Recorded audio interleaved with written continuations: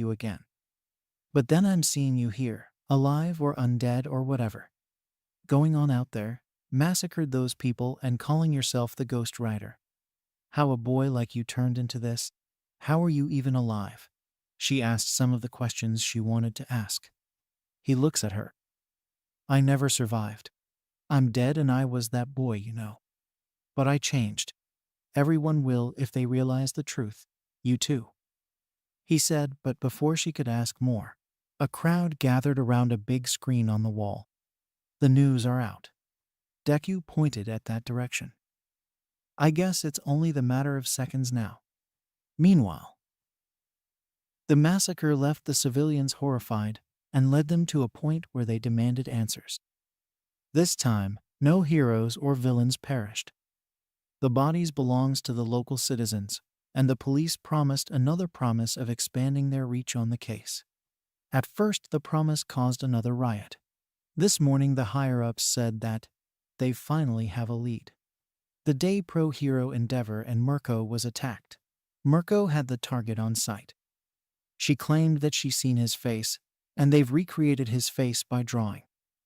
Few minutes ago, the drawn picture was published to the public.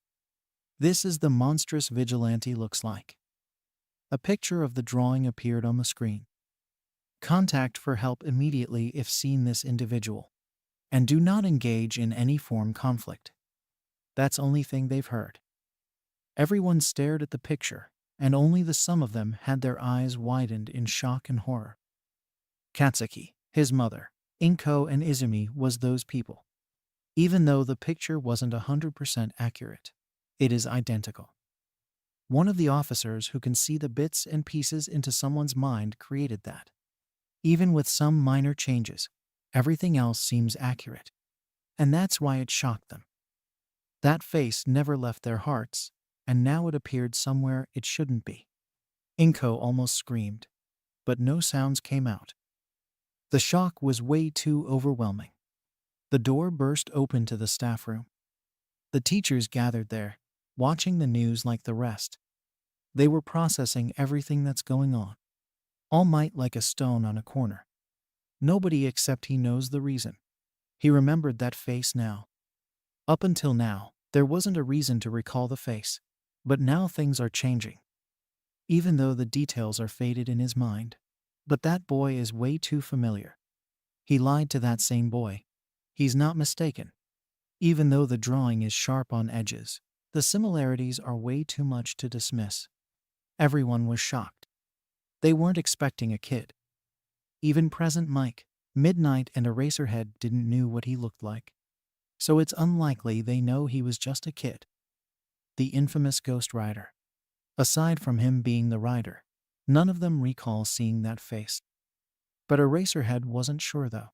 He's seen a face similar to that. But when the door busted open, he knew where he's seen that familiar face before. Izumi and Inko rushed in. Well, it was Inko who barged in. "What's the meaning of all this nonsense?" Inko shouted, facing the teachers. Her outburst was surprising, and everyone except Aizawa was confused. Inko's eyes are bloodshot. Anger and sadness evident in her eyes. Izumi wasn't an exception. "We don't understand. What happened?" Midnight questioned. Inko only marched up to them with a finger pointed at each of them. "As the so-called heroes, you are supposed to realize what happened. You let something happen that should not be." Inko screamed in anger, confusing them further. Her wailing never stopped. It only grew. A mother's pain is way more than a bullet in the heart. The evidence is her tears. It kept flowing. "My little brother isn't a killer. He was a good boy. He was. Izumi shouted, only to be silenced by her own guilt. Something like this always make the memories freshen up. It's painful. Teachers looks at one another, and even All Might snapped out of the trance he's in. He couldn't say anything because he's in his skinny form and didn't want them to know. But he was keeping an eye on everything. Before the teachers could say anything further, Aizawa decided to speak up. "It's a drawing made by an officer with Hiro Mirko description. I don't know what's true, but it's possibly a misunderstanding. Aizawa spoke. Everyone looks at his way. So you're pretending to be all right by everything. My son wasn't a killer. He's not a child you can frame because you can't find the actual culprit. You of all people should know what's true and possible. Inko's voice was really filled with grief and pain. Her every words are heartbreaking. We'll come up with a solution, Mrs. Midoriya. We'll find out what went wrong and how your son's face reached those channels. And Aizawa started only to cut off when Inko motioned him to stop. I've never got used to him being gone. And now you just used his face to close whatever going on outside and insult his soul, and you're ranting about solutions. Is that solution will undo everything and give justice to my son? God will never forgive any of you. Doing anything to cover up your helplessness in such cruel ways, shame on you. Inko's shouts echoed around the building, and her cries soon followed. Izumi came by her side and looks at Aizawa. I want you to fix this. You were the part of this investigation, but I want you to prove my brother's innocence. If you want proof, just visit the church graveyard. I hope that's enough to prove that you were wrong, she said, and led Inko out of the room. Everyone was silent. Nobody spoke a word.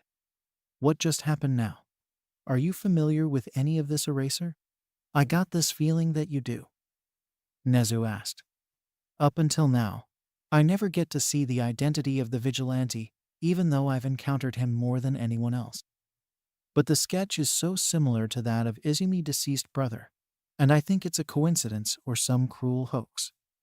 Aizawa. But if Mirko described this face as they say, why did she make them draw this? If it only a coincidence. I don't want some local to spread such lies about a deceased child and get away with it. Midnight said. The news must be false, or the similarities between the child and vigilante must be huge. If Mirko actually made someone draw it, we should approach her, Ectoplasm suggested. First, we must contact Tsukachi. He probably would have saw the picture before it was uploaded. If it's real, that is. Cementos said. Very well. I will contact Tsukachi as soon as possible. Nezu agreed. Meanwhile, why? She mumbled as she saw the horror that was being unfolded on the channel. The innocent civilians who is massacred on the pavement, and the gruesome part is something she already want to forget. Why? Kill them? She asked slowly with her eyes still glued on the huge screen. Deku sat there with his brows knitted together. Something unnoticed which he hasn't felt yet. He doesn't feel anything. Something hurted those people, and somehow he was unaware of it. Why? He's aware of the greatest of evils, and he'll track them down eventually. But how come this particular incident went unnoticed by his watchful eyes? Something is going on, and this time he's unsure. Uraraka looks at his way in pure hatred and disgust. You, monster, she said in a low voice. Deku, however, still had his eyes on the screen. Then it went down towards the people who's gathering under it.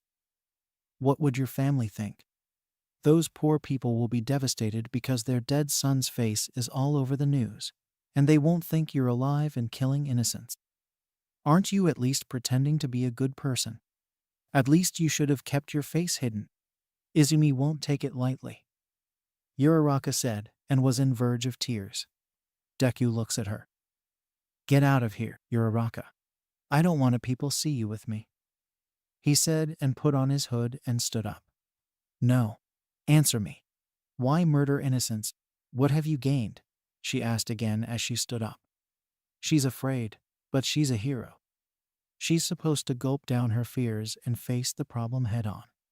I would have answered you. But this time I'm seeking answers as well. Now we will walk our own separate ways, he said, but she caught the back of his hoodle. Answer me, Deku, or whatever the hell you go by, she said. He stopped and accidentally, she made his hood fall off, revealing his face again.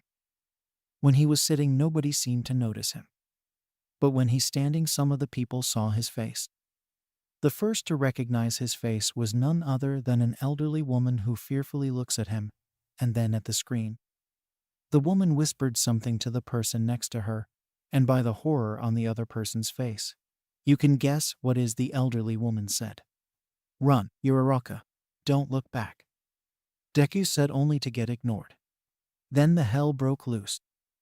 Next second people were screaming, running and creating a distance from both of them. He saw almost 100 eyes on him and Ochako. But nobody could get a better view of her face, and Deku saw how some of them trying to look her face. And some people stopped and pulled out their phone. Deku knew this would happen eventually. But he didn't want it to end this badly for Uraraka. He was planning to keep his hood up. But Uraraka blown his cover. By doing so, she also becomes someone else. She became a hostage, partner in crime, a hero and a villain at the same time. He gotta do something fast before they get to see her face. Deku then caught both of her shoulders and created a portal under them, which teleported them somewhere else. I already called Mirko. Ever since the incident with Endeavor and the rider, she gone brutal. Literally doing everything to get a hold of the vigilante. But it's true that the sketch was made following her instructions. Sakachi informed. And I recall you saying that you were the one handled the case of the villain who killed Izuku Midoriya. Am I right? Aizawa questioned. That's right. But I didn't knew about the similarities of the picture and the boy. I do remember his face, truth to be told. I was also confused. Sakachi said. I was believing it as a hoax. But showing an innocent child face as it belongs to the writer. It's more than messed up. I wouldn't want my loved ones to be entitled with position of a killer. Especially if they're no longer in this world. Midnight said sympathetically. Sakachi nodded. But we should know Mirko's side of story. Maybe it is all just a coincidence. Not the first time you see someone who's identical. Tragically, the writer may be identical to an innocent child. I'm sorry. I don't think an apology would be enough. Mrs. Midoriya is taking everything hard, and rightfully so. We need an explanation or take down the picture as fast as possible. Aizawa demanded. I worked things out. The picture will be taken down if Mirko doesn't have an explanation. Sakachi said. Midnight exhaled a frustrated sigh. Can't you just show Izuku file to the higher-ups already? Why bother waiting for her to show up? We cannot let the damage get worse than it already is. Think about it. Midnight said. Sakachi nodded. I did submit the file.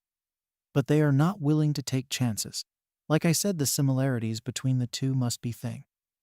At least that's what the department think as well, it seems.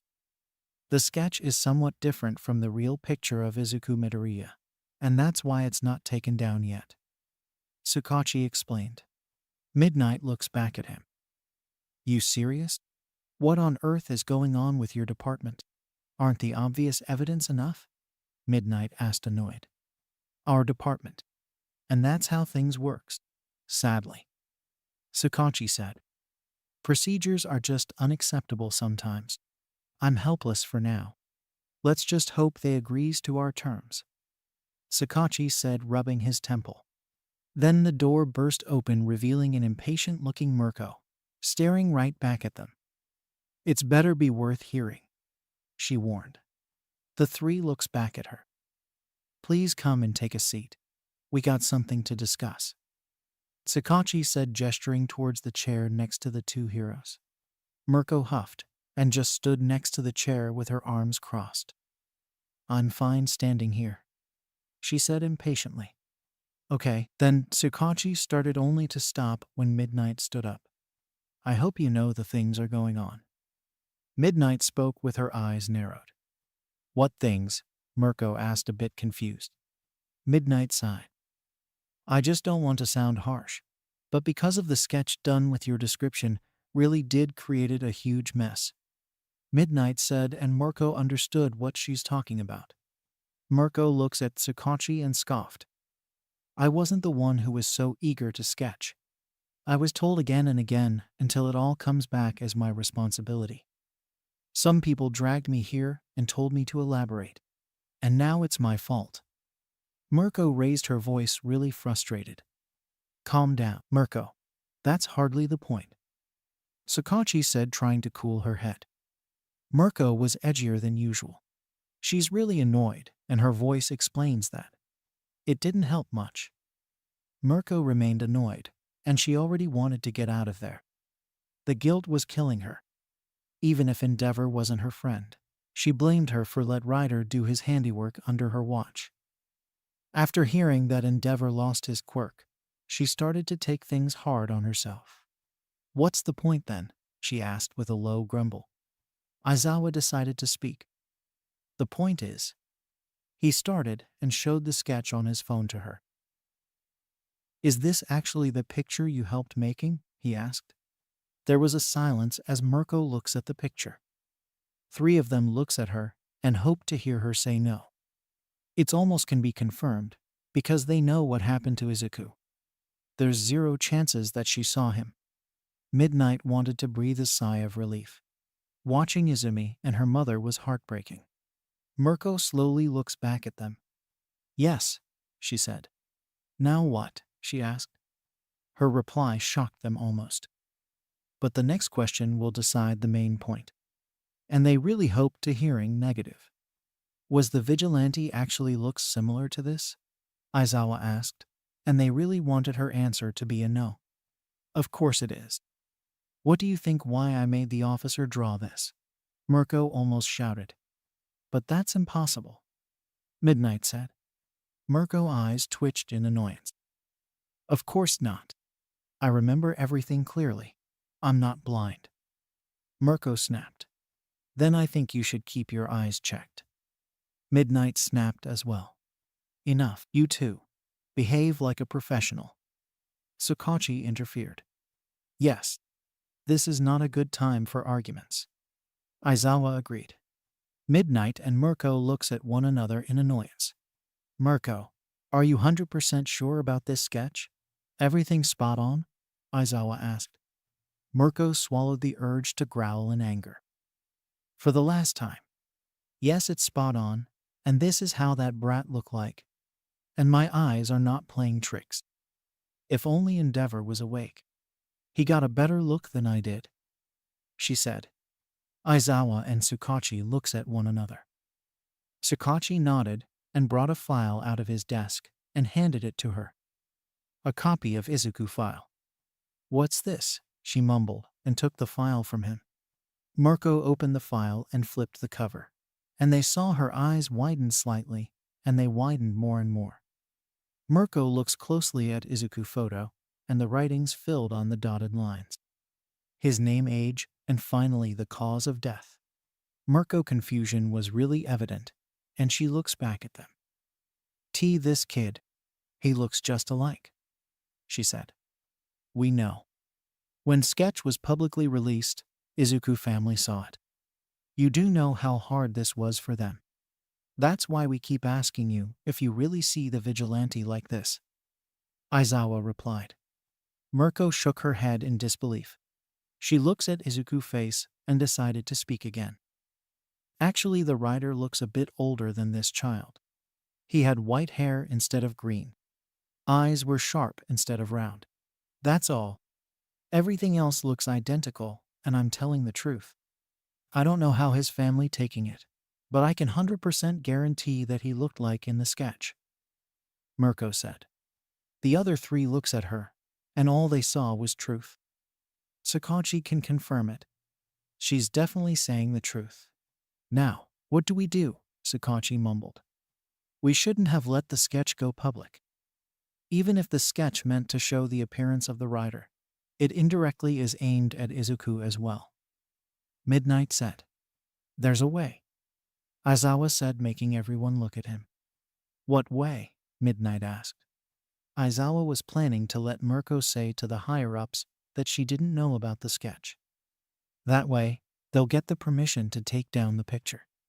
However, the phone rang. Sakachi pressed the button, and they could hear loud and clear. Ghost Rider is spotted at the city mall. Meanwhile, the warmth has gone. The feeling of being surrounded is gone. The source of light has gone. Uraraka felt as if everything has darkened, and all she was doing is to keep her hold on his hoodie. 1 second she was yelling at him, and the next second she's silent. Everything shifted so quickly that she couldn't even understand. Uraraka looks around and everything was dim, and all she could see was the shape of the things in the room or whatever place she's in. However, when looking at his way, she found the familiar green eyes concentrating on nothing. He looks lost for a second. She slowly let his hoodie go and backed away. Where did you brought me?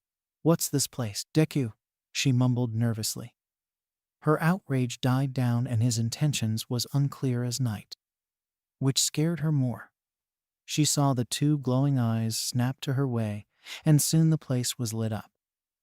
The sudden brightness made her squint her eyes, and it took her some time get adjusted. When finally regaining her vision, she looks around the old and worn-out looking hall. There was some old broken benches and a worn-out carpet. The light was green, and that's why she looks up at the ceiling only to meet with a breathtaking sight.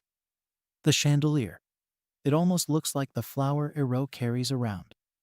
The fire lit in the shape of thousands of little flowers and designs. A beautiful thing she never expected to see. Even though she saw how beautiful the flower Eri was given, the chandelier looks like something else entirely. Both are beautiful in their own way. But then she realized that she's being distracted. Uraraka looks at the place Deku stood, and he wasn't there. Uraraka tilted her head confused and slowly looks around the place. She saw every corner until she was looking straight at the concrete throne-like structure. Deku sat on it and was lost in his own world. He was thinking of something. What's this place? Why are we here? She asked again. Deku slowly looks at her. A church, where I live, he responded. It's quite ironic, though. A murderer seeking shelter under a holy place, almost as if the devil himself is welcome here. But in this church, he's the one on the spot of the god as he sat on his throne. She won't be surprised if he's a cult leader or something. A church? She said. I couldn't find someplace decent enough to be habitable. This is the place I've met Kodachi, he said, as if they're lifelong friends who reunited. Uraraka blinked few times and regained her senses. She remembered why she's here in the first place. You're playing me. Just pretending to be a savior. Why? I don't understand you, she said truthfully. Deku didn't respond. I save those who are innocent, Uraraka. I kill those who are the sinners, like I said back at the mall, he said. Uraraka shook her head and scoffed. No, you're not someone with a reason, it seems. Just killing without cause. And out of all the places, you took a holy place for a hiding place, Uraraka said, pointing around the big hall. Deku sighed. I won't change your mind with just words, Uraraka. But for the first question you asked, you're here because I wanted to keep your face hidden from them. If you are seen with me, there will be many reasons or theories people come up with. Just getting you put of there seemed like a reasonable thing to do, he said. She recalled the events and almost didn't notice that people was paying attention for the last few seconds before Deku brought her here. You're capable of thinking things through. Then why are you doing this? I don't understand anything you said back at the mall. Why this killing spree? Why the innocents? What have they ever done to you? She asked with a pained look. She will become a hero eventually, and seeing the innocents get killed is too much for her. Even though she's trying to become a hero to take care of her parents, she also loves helping others. And now she's here, facing the monster who kills everyone on his sight. Who is the innocent, Uraraka? He asked. The heroes you murdered. Those civilians you murdered just few hours ago. Those innocents, Deku. Those innocents, she said, raising her voice a bit. Deku didn't spoke and stared at her without blinking even a slight. He's intimidating, even when sitting still. Take a seat, Uraraka. I think I know how to start the answer. Please don't say no. I don't want to keep repeating my own words, he said, gesturing her to a bench which he sometimes uses. Uraraka knew better than to not listen to him. She did as told and waited for a reply. I don't kill without any reasons, you know. Like I said, I kill who deserves death. Not for my satisfaction, but to punish them with their own sins. It's just my way of saving the world, he said. Uraraka scoffed. There won't be anyone to save if you keep killing, Deku. Back at the camp, and every other time you saved us, we hoped that you are a savior. At least I hoped, but I couldn't. Ignore the dead piles you leave behind. Saving and killing has a huge difference. Just stop, she said. Deku shook his head. I won't stop. Not until the sinners are perished. Just didn't worry. I save the good souls. Fake heroes I killed was the definition of wolf in the sheepskin. They corrupt while I cleanse. Killing with or without reasons are two different things, he replied. Are those innocent civilians are the so-called sinners you mentioned? I see the bloody rampage, not the reason. Uraraka said. Who are you? You cannot be Izuku Midoriya. You cannot be Izumi little brother. You cannot be the person who gave Izumi the purpose she struggled to find. The Izuku I heard of was a hero who loved everyone and tried to help everyone even though they are mean to him. You're somebody who's using his face and nothing else. Uraraka said in a low yet audible voice. Deku looks down at the ground for a few seconds and smiled sadly at her. You're right. I'm not Izuku anymore. I started to accept the name Deku, or the Ghost Rider, or whatever you name me. I tried, you know, to be someone lovable until I was dead. Maybe I was naive. I was probably blinded by the lies of this society. Lies that gave you false hope, only to destroy everything you got in a second. I learnt that the hard way, he said in his own low voice. Uraraka didn't know what to do. His personality just shifts so quickly, and she's so confused. Just answer me this. How are you still alive? I saw your grave. I saw your family mourn. How are you still walking as if nothing happened? How do you got a quirk when I clearly remember Izumi saying that you didn't have one? What's happening? She asked. Deku shook his head. I'm dead, Uraraka. Just to not complicate things, I actually died. I came back from the dead. I realized the truth, and now here am I terminating every sinners that corrupting the world. He said, and as he predicted, she just seemed only more confused. You're just sick in the head. Or I'm losing my mind. Nothing makes sense. You don't make sense. She's troubled, and he could sense that. It's not surprising, though. Like what else you do when hearing that somebody came back from dead. Even if it's the truth, nobody won't believe it even if proof was right in front of him. We're both normal. Nobody losing minds. As I said, everything is complicated. You won't understand. But remember that I kill the sinners. No matter what or who that person is. Endeavor is an example. I didn't kill him, but punished him for what he'd done. Deku said. Endeavor is out, classmate father. Because of you, he's always sad now. Uraraka said, and felt her brain about to explode from every senseless things. Just say why you killed those civilians. I want to go now. I need some time to free my mind, she said straightforward. Deku nodded and stood up and walked closer, making her a bit uneasy. However, he stopped in front of her. It wasn't me who killed them, he said, and she was even more confused. They found the burn marks. It only happens when you're involved. Nobody caused such carnage like you, Deku. Don't lie to me, she said, accusing him. I won't lie to you. I only told you truth up until now. I have nothing to hide, Uraraka. I didn't deny killing everyone except the civilians. I have a reason, and I know what's right, he said. How do I know you only told me truth? I don't know you. I wanted to befriend Izuku Midoriya. But now I don't know. I don't know what to believe. Just I want to go back to dorms. I hate this place, she said. Deku nodded. I really hope that nobody saw your face back there with me, he said, and his eyes glowed. Uraraka flinched when a big fire chain appeared out of nowhere and created a portal. Go through it, and you'll be in your room, he said, and she looks at him as if he's crazy. How am I supposed to go through a fire hole? She said. It won't hurt you, he said, poking his hand inside of it, and showed her that nothing happened to his arm. Uraraka gulped, and she really wanted to get out of here.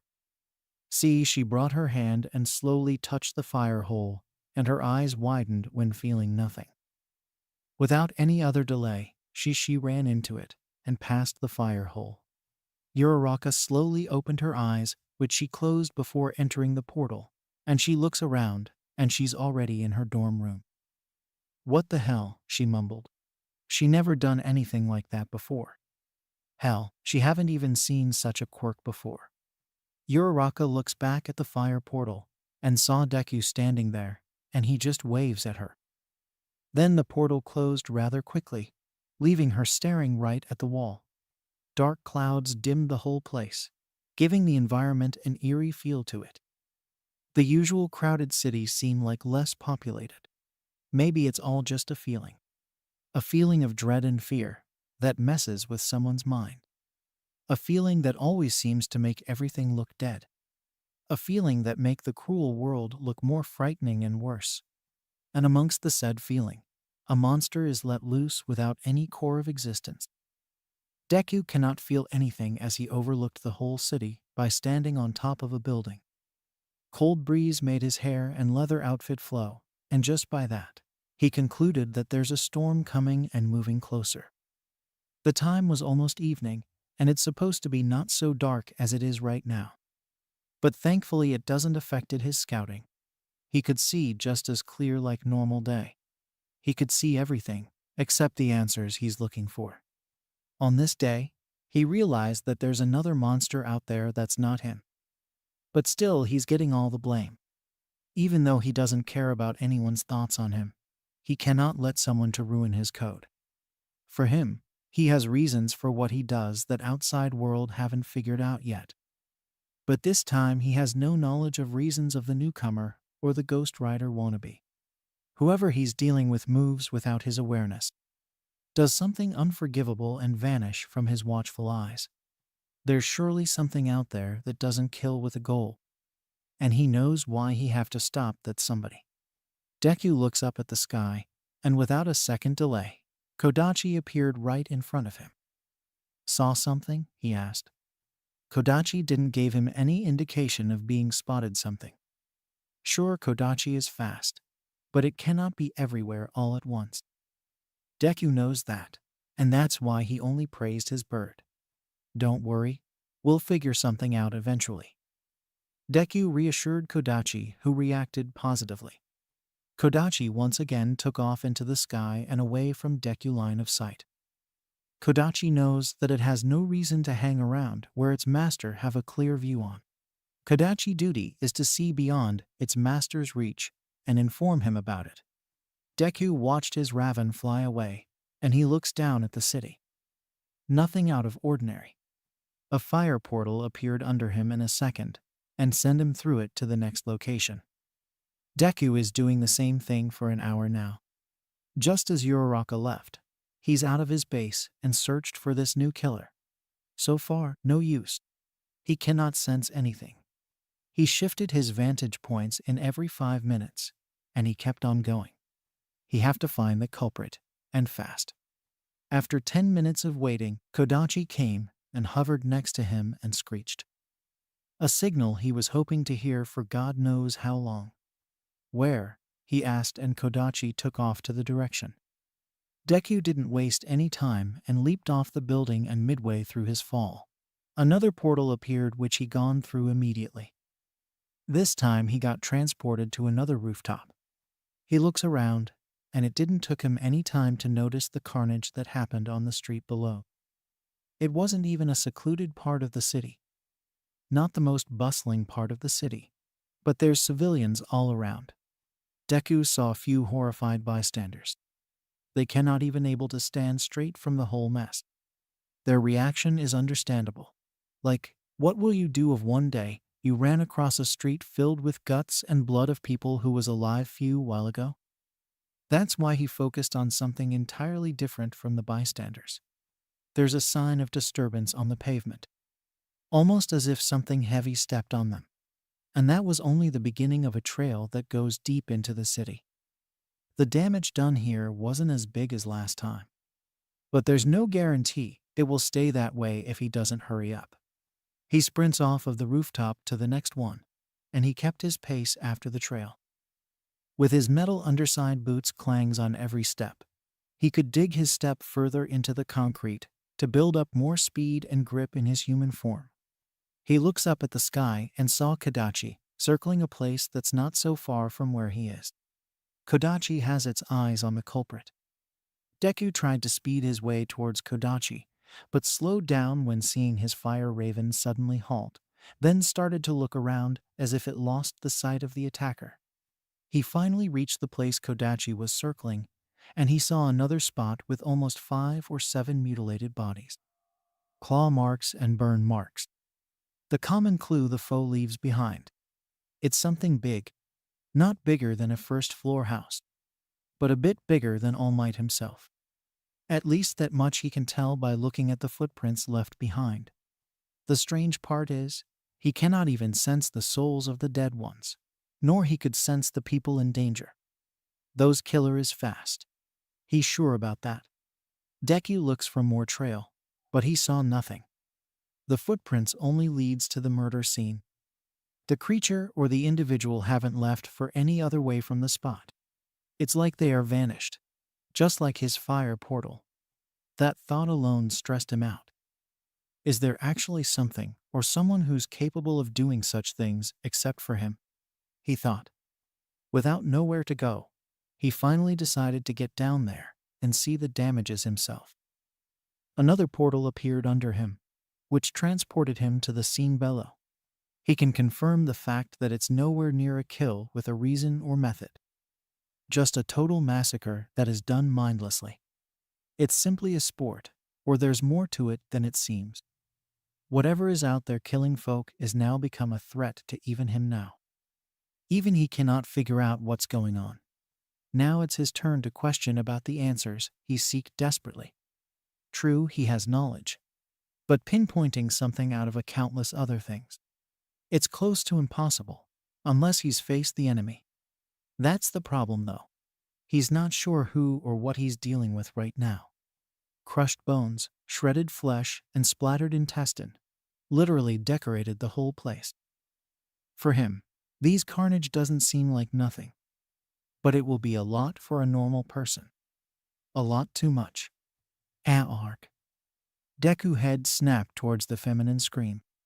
His eyes widened when seeing a middle-aged woman staring at the scene in quite horror. Her face pale and her frame literally shaking like a leaf. She fell to her knees, unable to move, and Deku realized one thing. In her perspective, she literally saw the murderer standing in middle of the crime scene.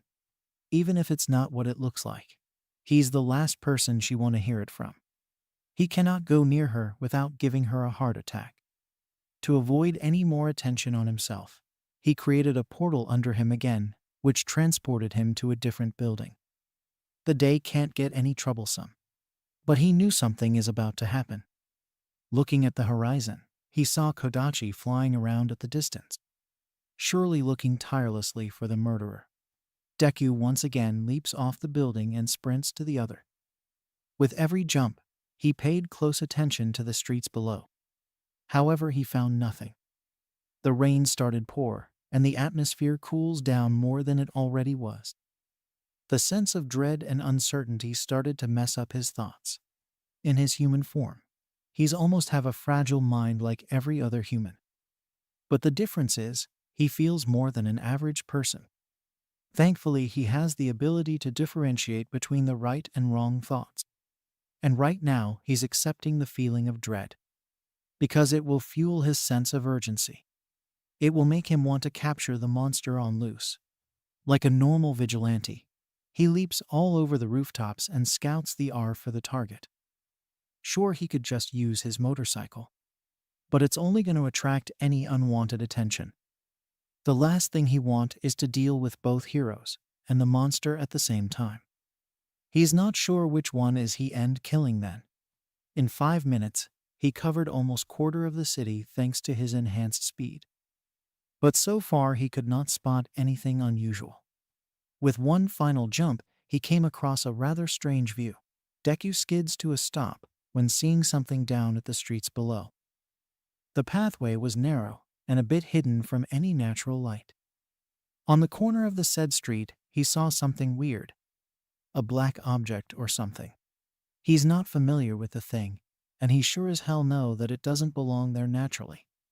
Deku decided to take a closer look, and as usual a portal appeared under him, which transported him right next to the black thing. Deku narrowed his eyes at the foreign object. He then observed it carefully. The thing looks like popped black blob. A slimy and dark purplish ooze covered the black thing inside. It was bigger in height and width, double the size of him. If the thing wasn't ripped in the middle, it would have been an oval-shaped object. Insides of the object was a dark purple and white slime fell from its upper part. He then saw a familiar claw marks on the opening of the object, and looking down, there's the footsteps again on the pavement. Connecting all the dots, he figured out what he's looking at. A sickeningly true thought. He's staring at a hatched cocoon. One that's supposed to be don't belong here. One that's definitely shouldn't be here at all. What the hell are you? Huh, he wondered. Deku snapped out of his thoughts and looks down at the pavement and took of behind the footsteps once again. This is really bad. He knows that much. He mind-linked Kodachi, and his bird is actually looking for the culprit as well. But Kodachi was a bit ahead of him, and Kodachi instructed his to turn right. Deku did as Kodachi instructed. He knew that running in his mortal form is quite slow. He transformed midway as he ran.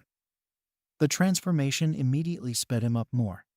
Go straight was the only instruction he got from Kodachi. Ghost Rider sped up more and more. He realized that he'll reach in the crowded part of the city in less than 20 seconds. It would have taken him a couple of minutes if he remained on his normal form. Deku then entered the crowded area of the city. People walked to their destination with umbrellas protecting them from getting soaked. His hood covered his skull, but when he ran past people they could see the green fire. Deku slowed down as he entered the crowded area, because he didn't want to injure any more innocents. Because of him slowing down, people stood frozen and watched him run, overtaking the vehicles as if they're not fast at all. His metal boots made a clashing sound that frightened more. It doesn't take a genius to guess who's the figure running by. His fire gave away his identity. He's the Ghost Rider. People turns to look at his way when they heard his loud footsteps.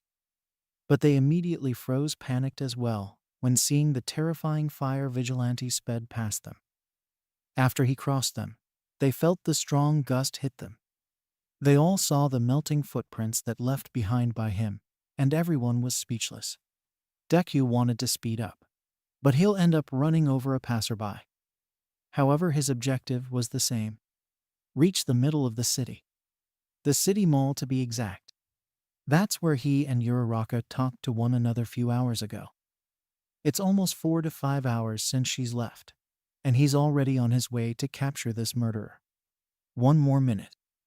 Then he'll be there. He ignored everyone's frightened look. Because if he stopped to reassure anyone in his own way, then there won't be anything left to save at all. The monster is actually starting its rampage, it seems. After the first attack, this attack is the longest killing spree. He already saw multiple massacred dead piles, and he doubts the said monster will stop anytime soon. He jumped up high when he saw the red light and the vehicle stopping. He jumped over almost 10 cars before landing on the opposite side and continuing his run. Kodachi kept instructing him. The rider literally had to run over a building wall horizontally to turn right, due to his momentum. Like usual, people stood there frozen in confusion and panic upon seeing him. Even though they could only see him for a second, they could see the dark smoke and green flames coming out of his hood. However, Kodachi informed him one more thing. incoming. That's when he heard the thuds of heavy and fast footsteps of the monster he's looking for. The footsteps approaching was from the right side of the junction, and that's why he couldn't see the monster. Not only him, but the people are also couldn't see the beast because of how fast it is. Calculating the direction and trajectory of the incoming monster, Deku realized that he have to outrun the beast. He have to do it because the monster will kill that mother and child crossing the street. That's why he gotta go faster. Deku moved faster and more faster. He couldn't pay more attractive to the beast because he really wants this two innocent people to survive. Shockingly, the footsteps of the monster appears to be a matching speed as him. One section. That's all he's gonna get. The mother and child is only few meters away. He have to make it. Ghost Rider have to make it. Within few milliseconds, he jumps to cover more ground than the monster. In that same jump, he gotta do few things. The first one is to catch both mother-child in his arms, which he did. Then comes the hard part. He moved his body mid-air, so his back is facing the monster's way. That way the monster won't get to get them. However, within few milliseconds away from getting pummeled by the creature, he held both of the people in his arms and secured their neck with his hands in order to prepare them from the immediate force of being pushed away. He wrapped his hands safely around both mother and child just in time, because he felt something powerful and heavy crashing into his legs. Thankfully, he was fast enough to not get hit in his back. If he got hit in the back, maybe he would have accidentally let go of the two he had on his hands. Everything happened so quickly. He felt his body got sent flying. Few minutes ago at the mall. Zoom in, Aizawa said to the operator. What's wrong, Eraser? Midnight asked. They're here because of the Ghost Rider. They were reported that he was here few hours ago, and some people even said that he vanished with a girl. They had hard time finding out the truth. But thankfully the place has installed CCTV all around the mall. Even though it's a great news, things always doesn't go smooth. The place where the Ghost Rider appeared had no clear view from the camera. The footage is only limited to few frames of the vigilante bring in. They cannot see his face. Nothing is clear. On one frame they could only see his side. Due to the pixelated footage, they cannot pinpoint anything clearly. However, Aizawa found something. The girl with the rider. Sadly, they couldn't see her face just like the riders. But he found something on the other frame of the footage. You found something? Sakachi asked, looking at Aizawa. I think, he said. Now can you zoom in on this person? He asked to the operator, who nodded. The operator zoomed in as Aizawa asked. It's pixelated, sir, he said. Aizawa nodded. But do you see the clothes of that person? Identical to the one with the riders. Aizawa said, pointing at the other monitor, where the girl and the rider's footage had. Sakachi looks closely and Midnight nodded. Seems right, she said. I do see the similarities, yes. Sakachi agreed. Can you make the resolution better? Aizawa asked the operator. No, sir. I cannot. This computer isn't capable of doing that, the operator said. Okay. We want those footages. We'll see if we can do something about it, Sakachi said, and the operator nodded.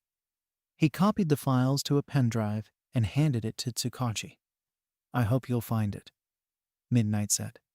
Then they left the room and towards the exit, only to hear a big commotion.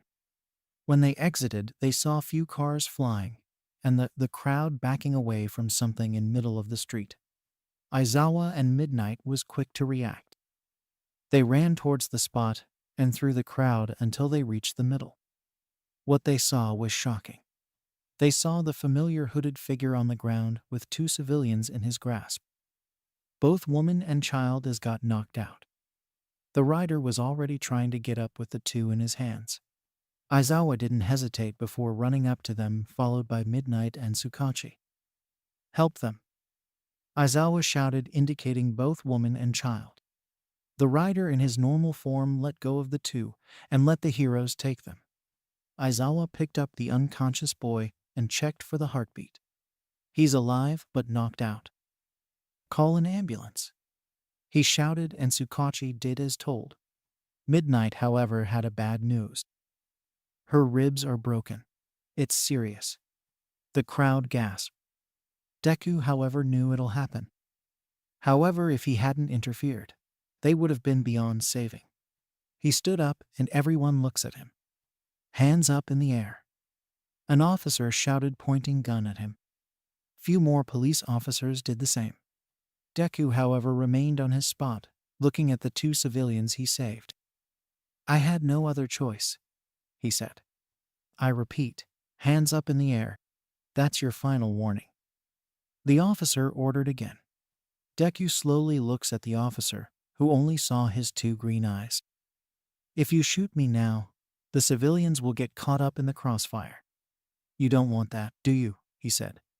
The officer physically stills. The officer looks around at the crowd and slowly lowered his gun. Deku then looks down at the way the footprints went. But this time, the footprints only go so far before vanishing. Aizawa and the others looks at the way he's looking at. They saw what he's looking at. I gotta stop that thing, Deku said. Others heard him speak, and they saw a portal appearing under him, which immediately made him vanish. Everyone watches shocked. He just disappeared. That's not a normal thing to see every day. Not especially when the user has the fire quirk, but uses it way differently. Things are getting worse now, young Mirio. Each day passes, heroes are met with new bunch of mutilated bodies. All Might said, rubbing his forehead. He's tired. Really tired. Mirio knew what's his mentor getting at. All Might was looking worse each day, and Mirio knew that his services to the world is getting cut short each passing second. I've heard Aizawa and Midnight found something. Gotta be something that help us get closer to the vigilante, right? Mirio asked. I'm clueless, young man. I'm so clueless. Ever since that vigilante appeared, I started feel so helpless. That day at ASG, he called me by my real name, as if he could read me. His aura was so powerful when he got closer to me. Since that day, I was troubled. All Might confessed. Was he manipulating you? Playing mind games, I mean? If not, how does he know you? Mirio asked. All Might shook his head. I don't know. But all I know is that stopping him won't be easy. I've seen him fight. He kills without a second thought, which makes him a killing machine that won't stop no matter what, he said with gloomy look. Mirio was sweating when hearing all that. If All Might himself ain't so confident, Mirio can only imagine the threat level of the vigilante.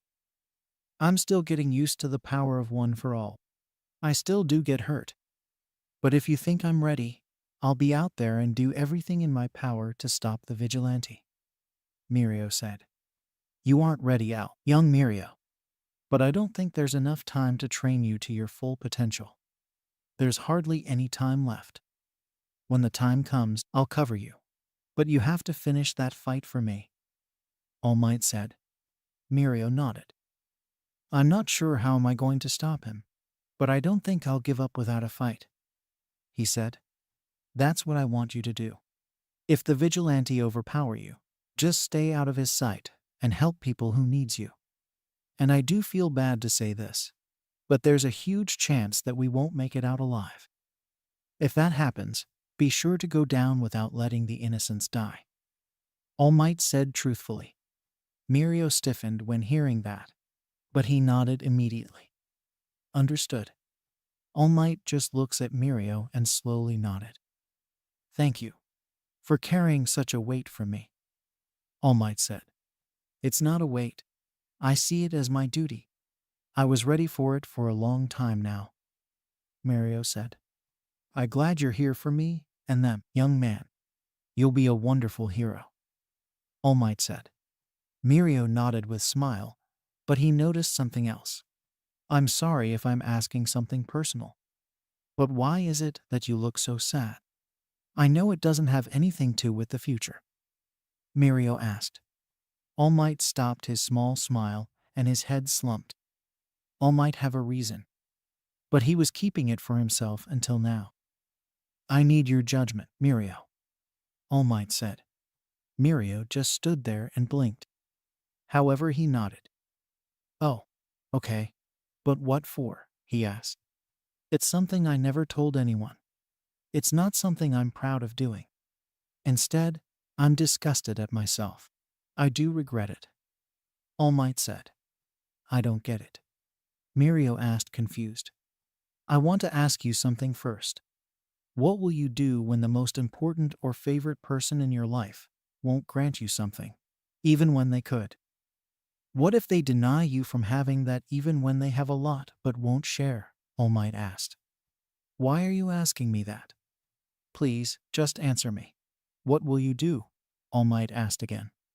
Mirio looks at All Might, then thought about the outcome of the said possibility. I don't know. I'm not someone to lash out on anyone. But I'd say it depends. Maybe I will be mad. Maybe I'll be sad. There's no saying it until I feel that for myself.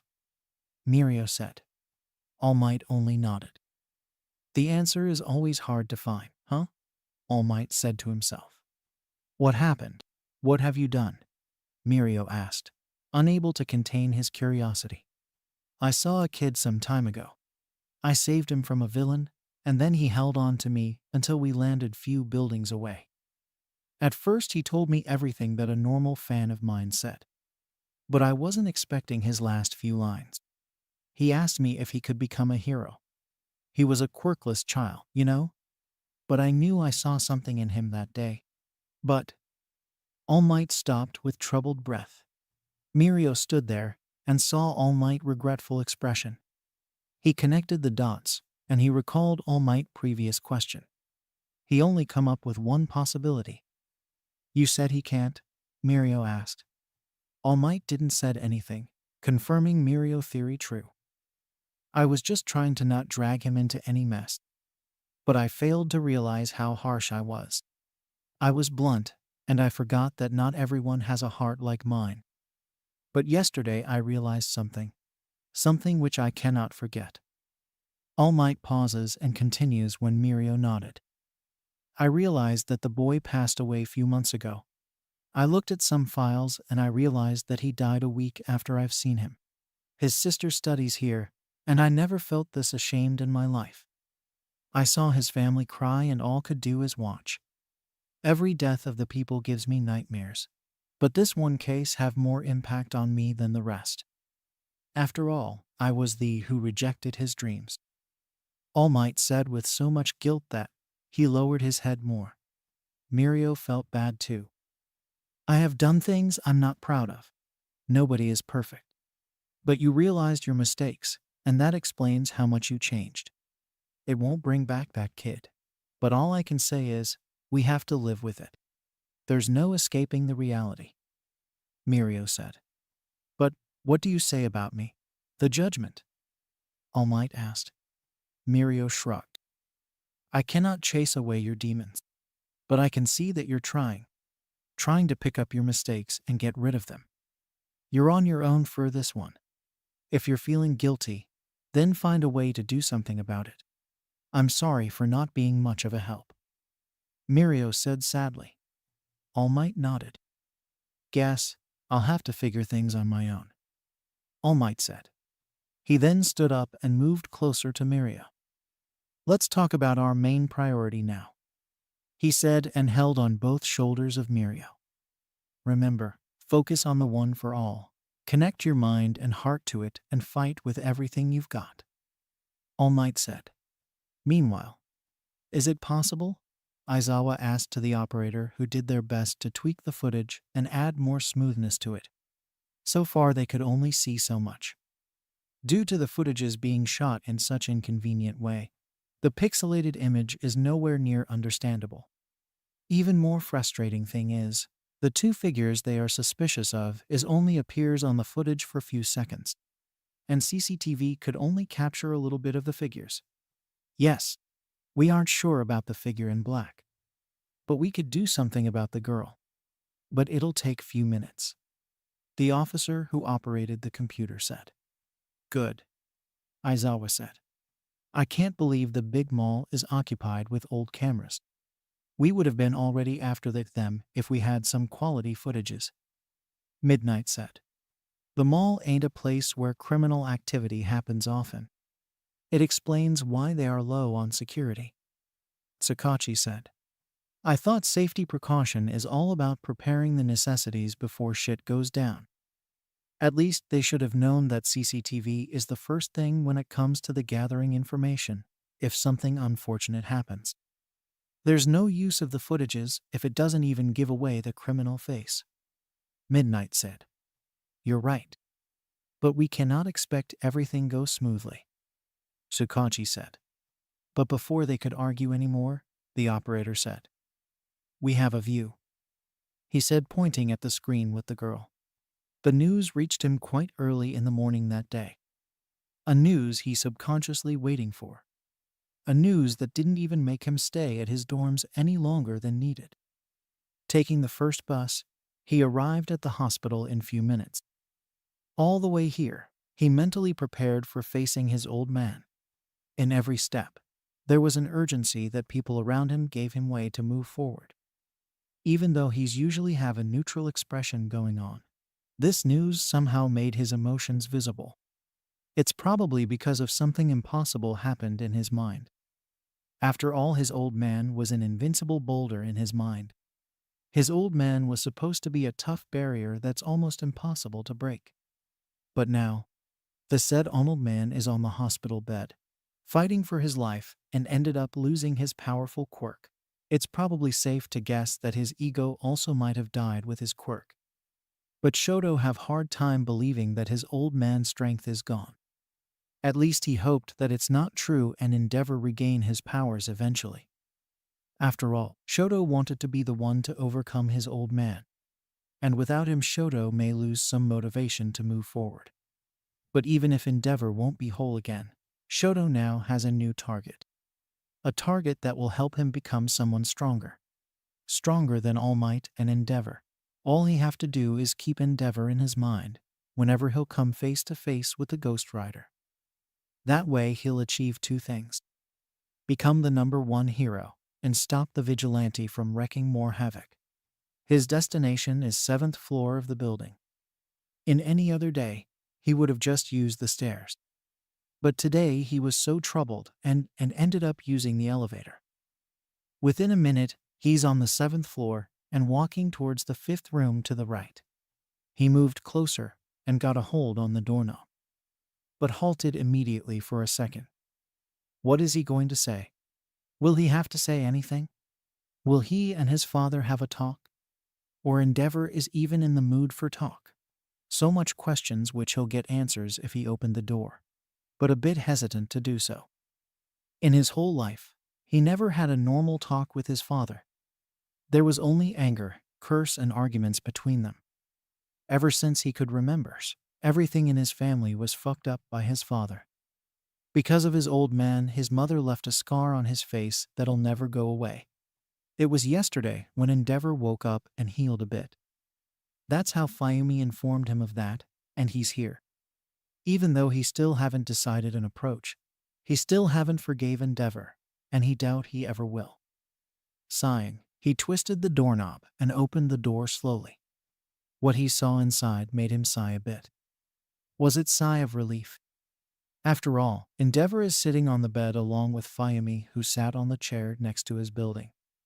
She had peeled orange on her hand, and it's safe to assume she's feeding him food.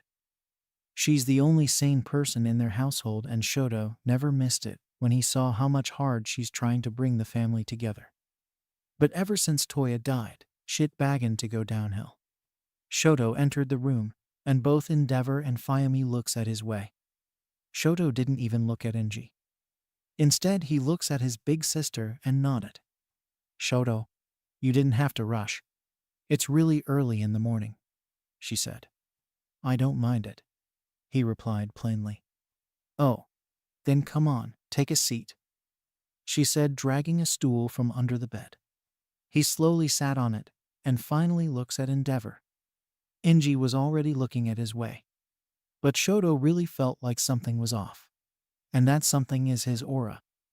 Endeavor had that aura around him, which made him the arrogant and powerful pro-hero.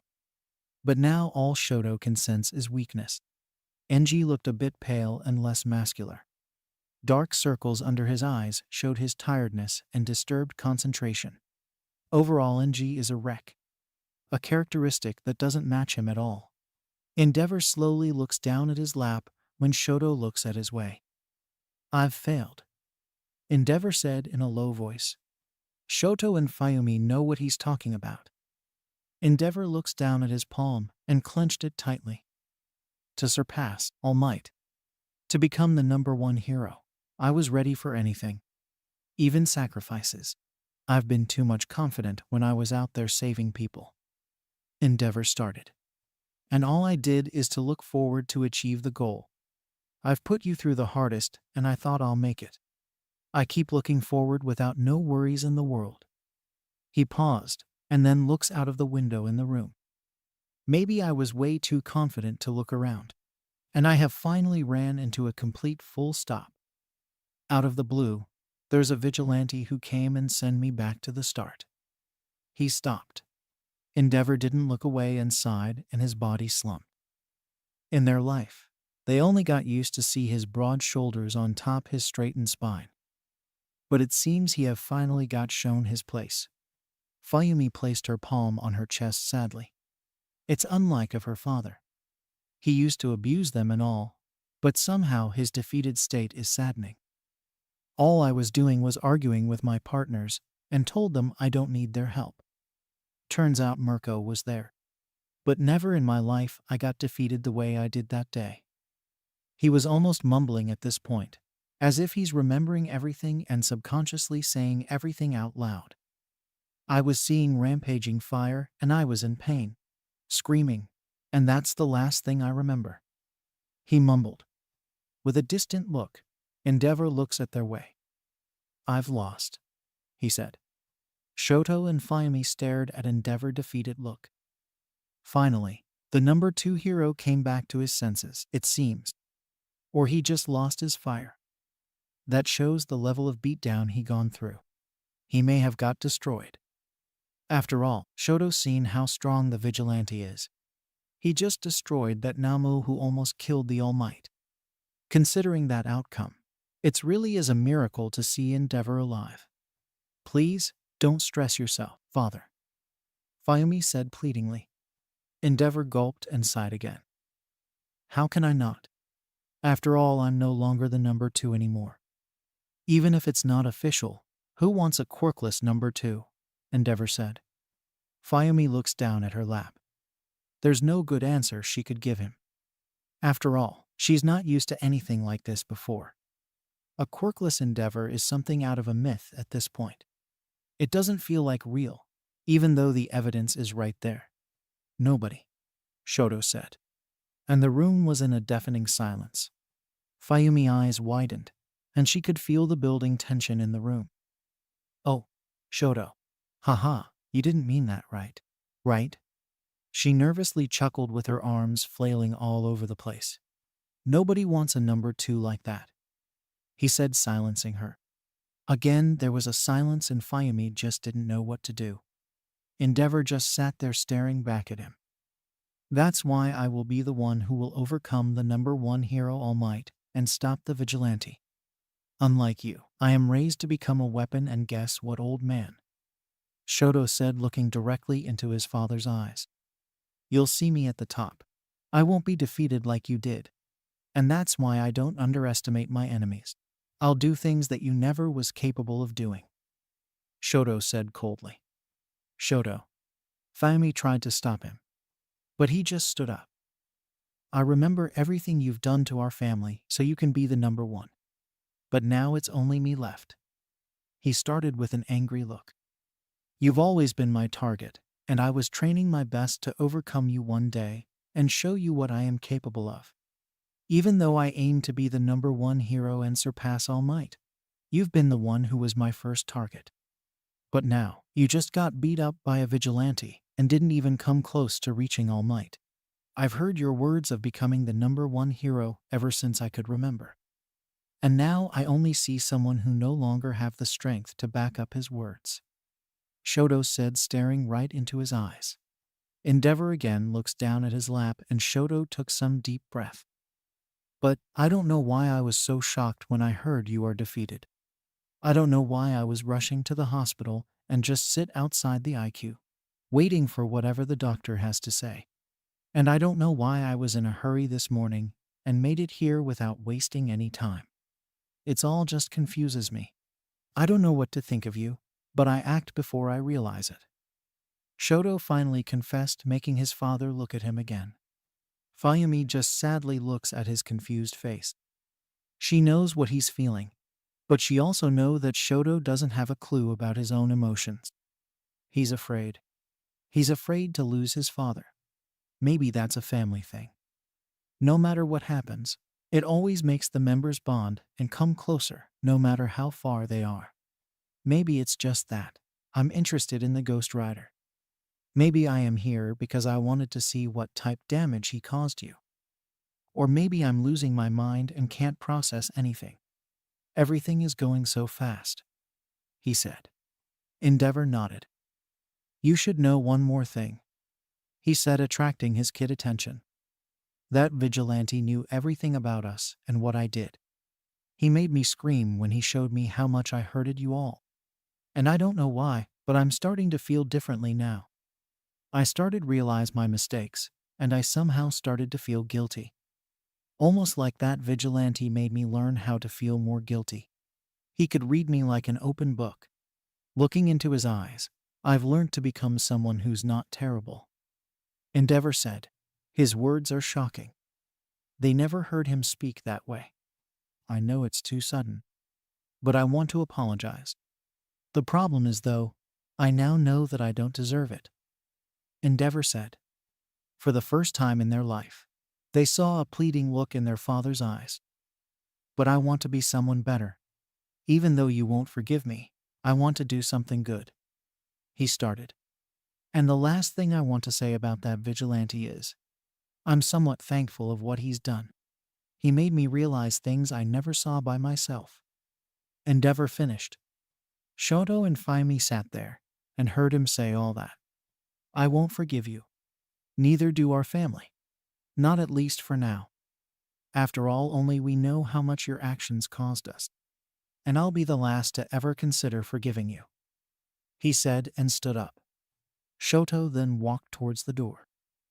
Are you leaving already? It's only been few minutes, Fayumi said.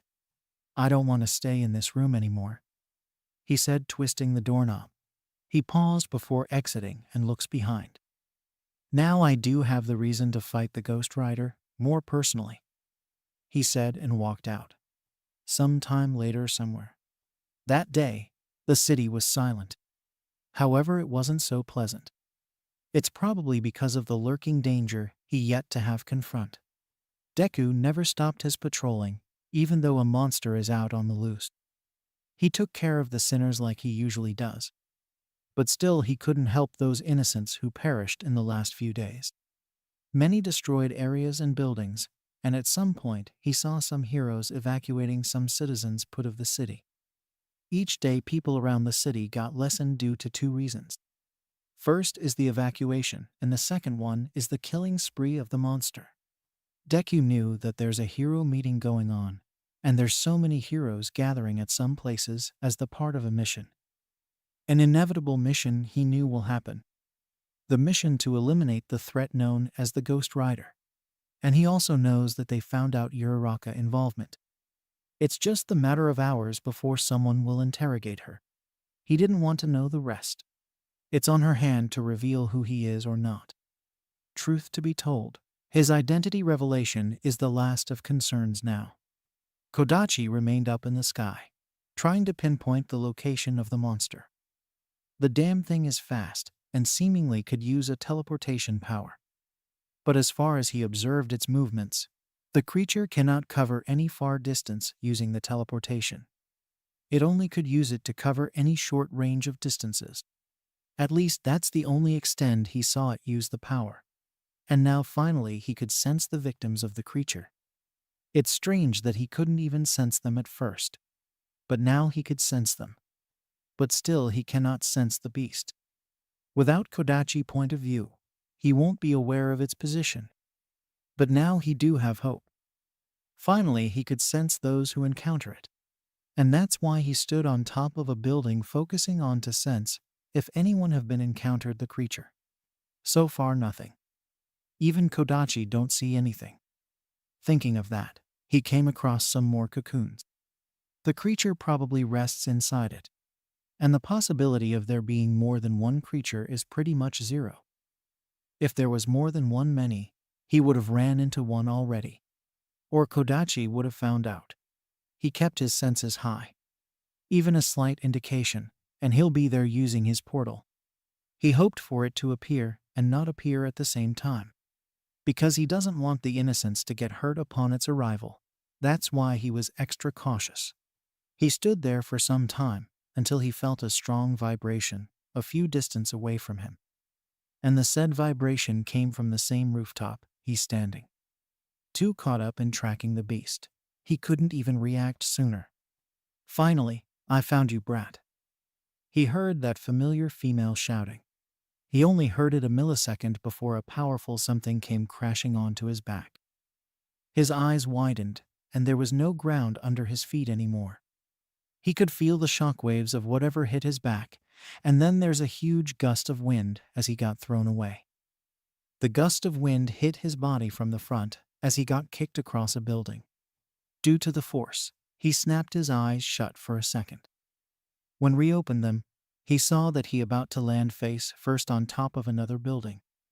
He brought his arm in front of his face just before he landed on top of the other rooftop, creating a big dent. He didn't simply land it, however. The force made his body bounce on top of the concrete, and he rolled on the ground until he hit the railing of the building. The metal railing almost got ripped off, but it stopped moving once the force died down. His back was against the destroyed railing, which is holding on to one metal bar. His spine almost got crushed there. Even if any physical injuries don't work on him anymore, it's possible for getting big open wounds and crushed bones. But they'll heal soon. Well, only his mortal form can be damaged and take few extra moments to heal. His hell form, however, is the opposite.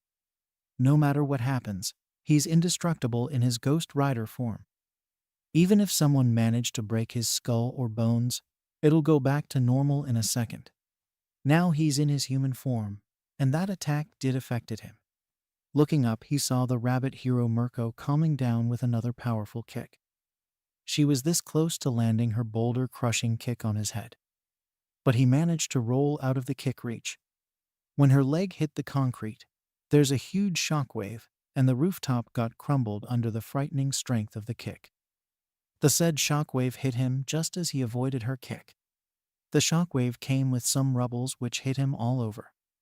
The shockwave also caused him to get thrown across the rooftop and connect to a wall. The wall got cracked when his body hit it. "I've been searching for your sorry ass for quite some time," she shouted with her usual wide smirk. "And I've been looking forward to meeting you again." Mirko didn't waste it any other seconds, and she's already leaping up and came back down with a drop kick. Deku couldn't dodge this one, and those muscular legs of her hit him and sandwiches him against the crumbling wall behind.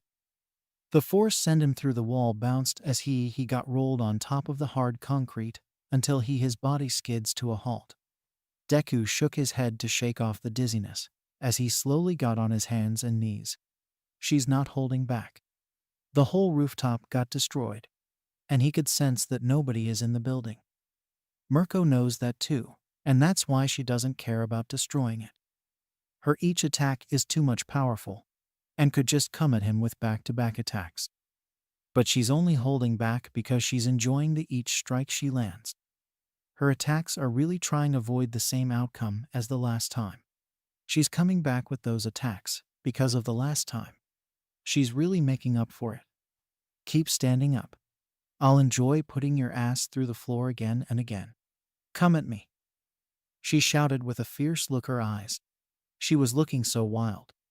Her grin was wider, and her muscles are more flexed. Deku stood up, and he saw her rushing towards him, and leaped up and came back down again with a spinning roundhouse kick. She moved really fast, but he could see her movements just enough for do something. In his human form, his senses aren't as powerful as the Hell form. That's why he barely had any time before he could counter an attack. To block the kick, he brought his both hands to his side, just before her leg connected with his midsection. He digged his metal boots onto the concrete for a grip, and finally her leg connected with his forearms. The power made him to skid few feet away, and she still was on the air with her leg glued to his forearms. He heard his bones snap and the ground under him crack and cave in. Mirko, however, wasn't letting him block her attack any longer. She twisted suddenly in mid-air until her leg is directly on top of his head.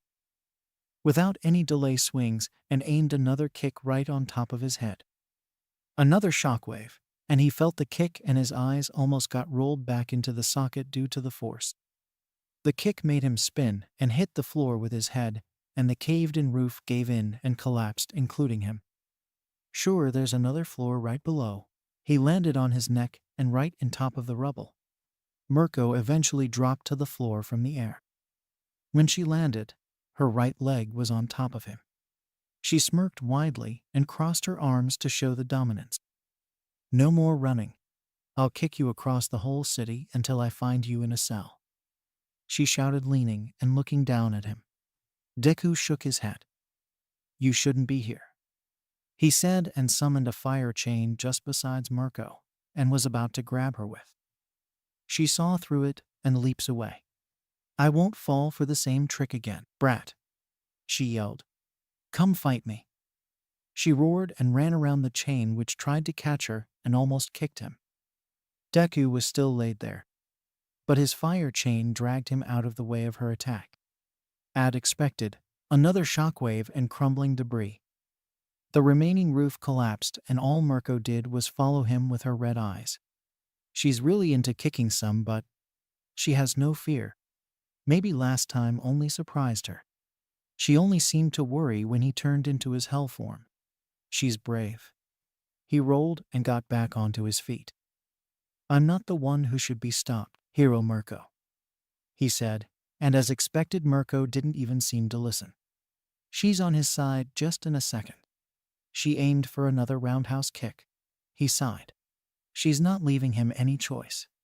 Instead of blocking, he caught her leg, which almost hit his head, and he spun around and slammed her upper body onto the concrete so roughly.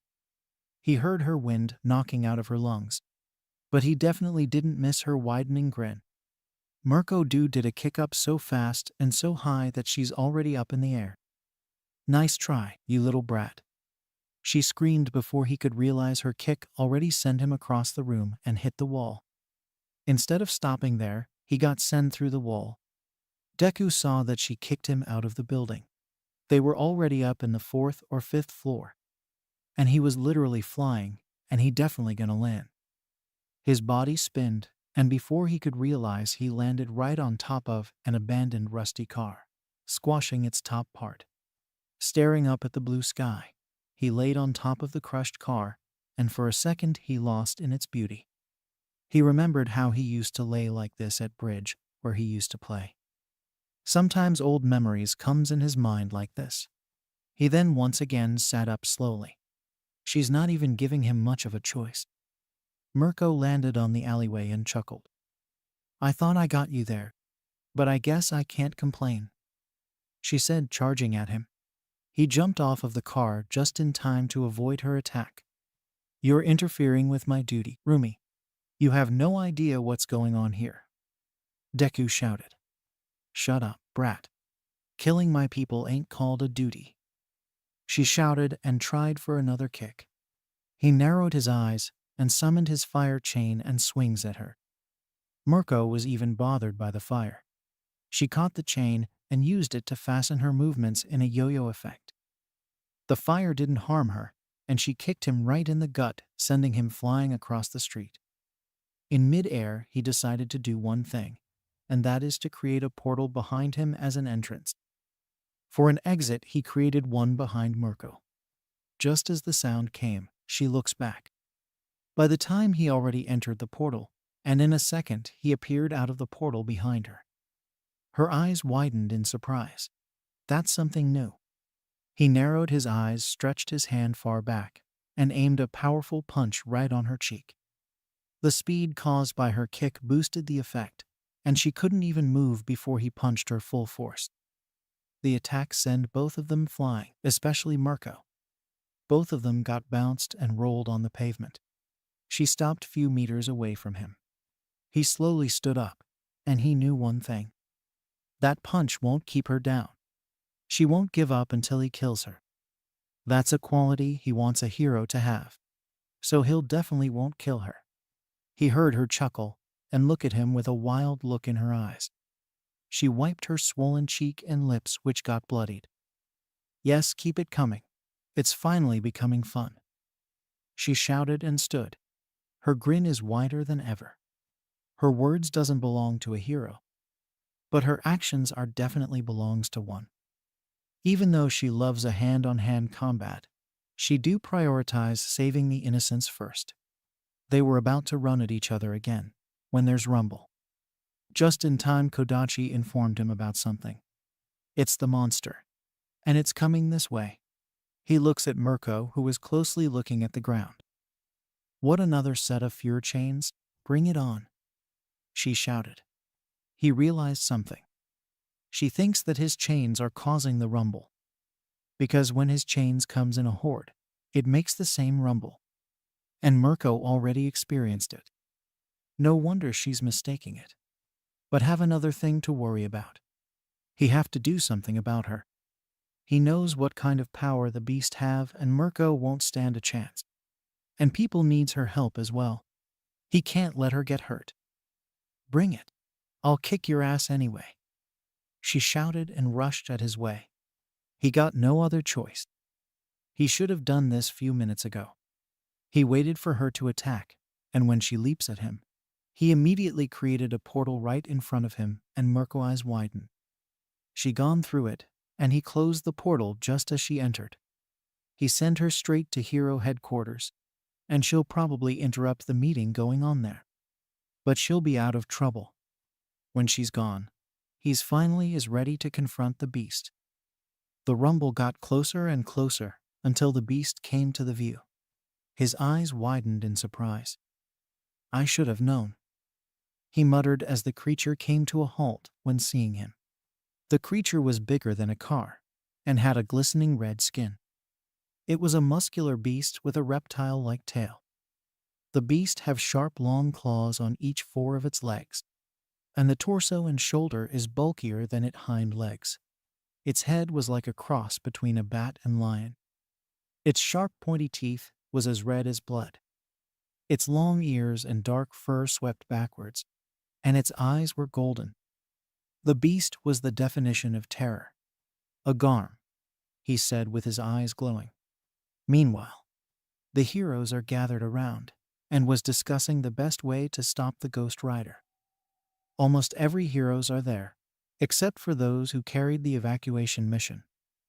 Aizawa and others are still at UA, but All Might was there with Mirio on his side. I'm saying we should, a local hero was giving his opinion. SSSSWWWWwash. They heard that familiar sound of chains, and the green fire circle appeared in middle on the furthest back of the room. Everyone's eyes widened, and it was unexpected.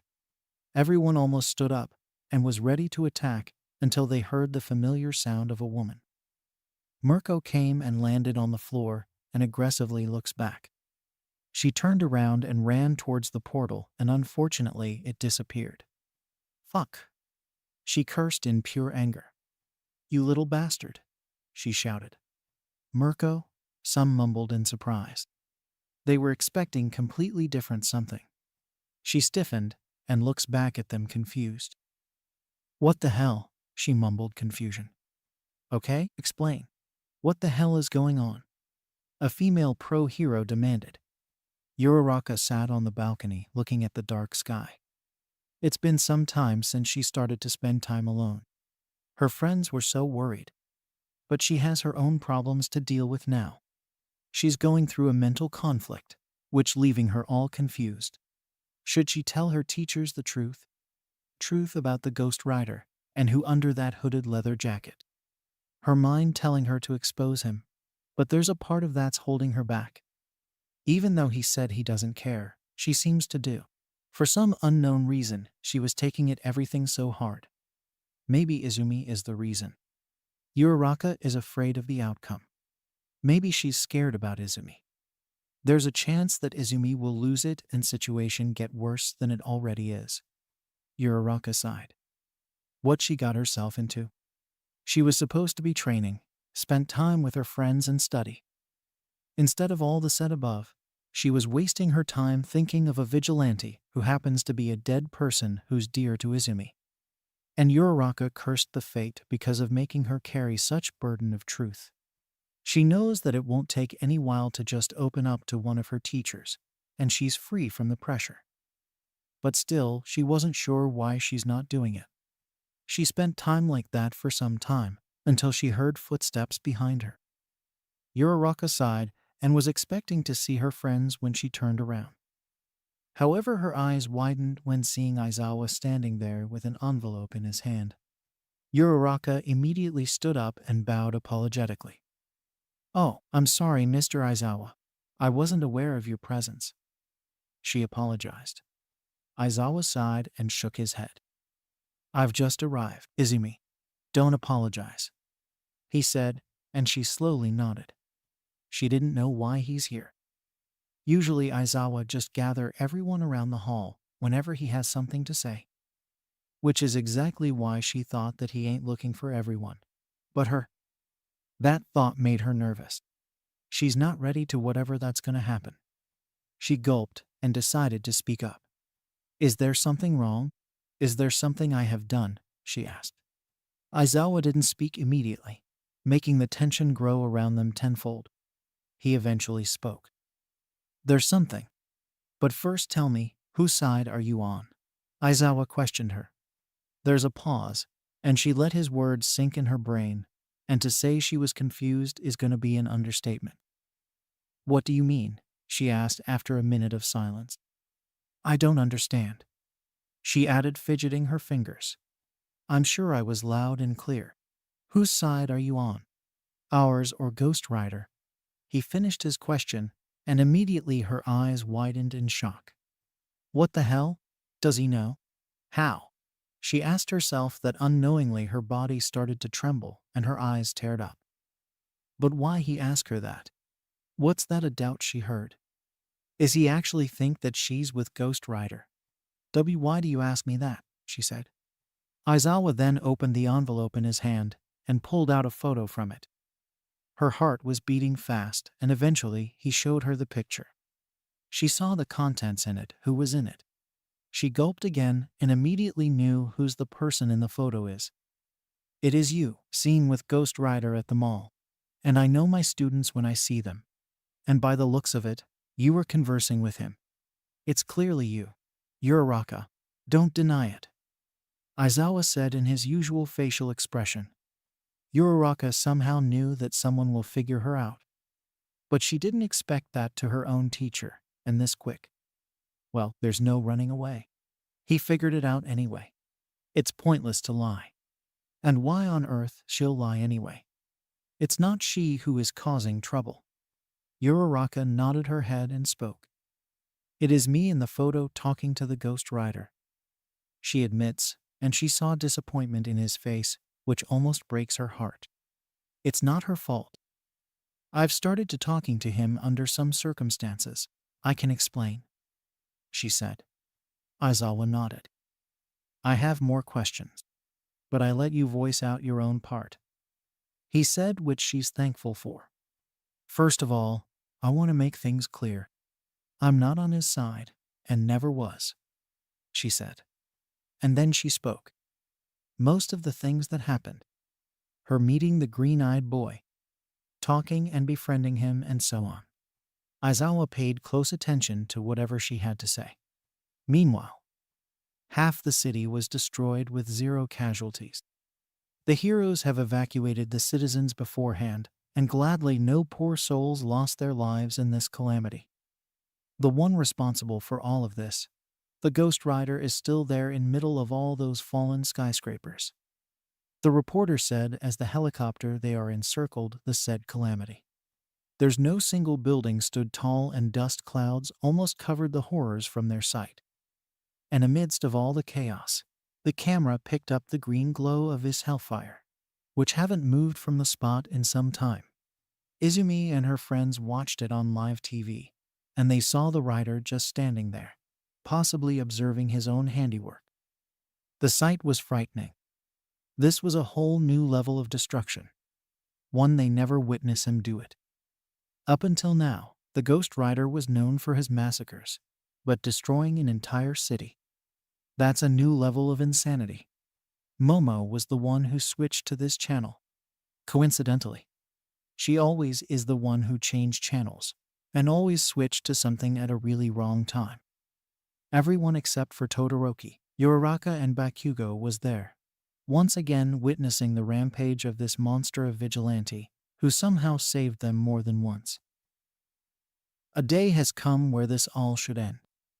This carnage will be the death of humankind if the heroes won't act immediately. The second-ranked hero of Japan has fallen. Our only hope is All Might himself. Momo turned off the TV again. The news was filled with desperation and helplessness. The reporter was basically talking for the civilization, and the genuine fear of this situation could be heard. And the future heroes couldn't do anything. They helplessly watched everything happen around them, and just stay there not knowing what to do. Up until the incident at Asji and the study camp, they had a hope.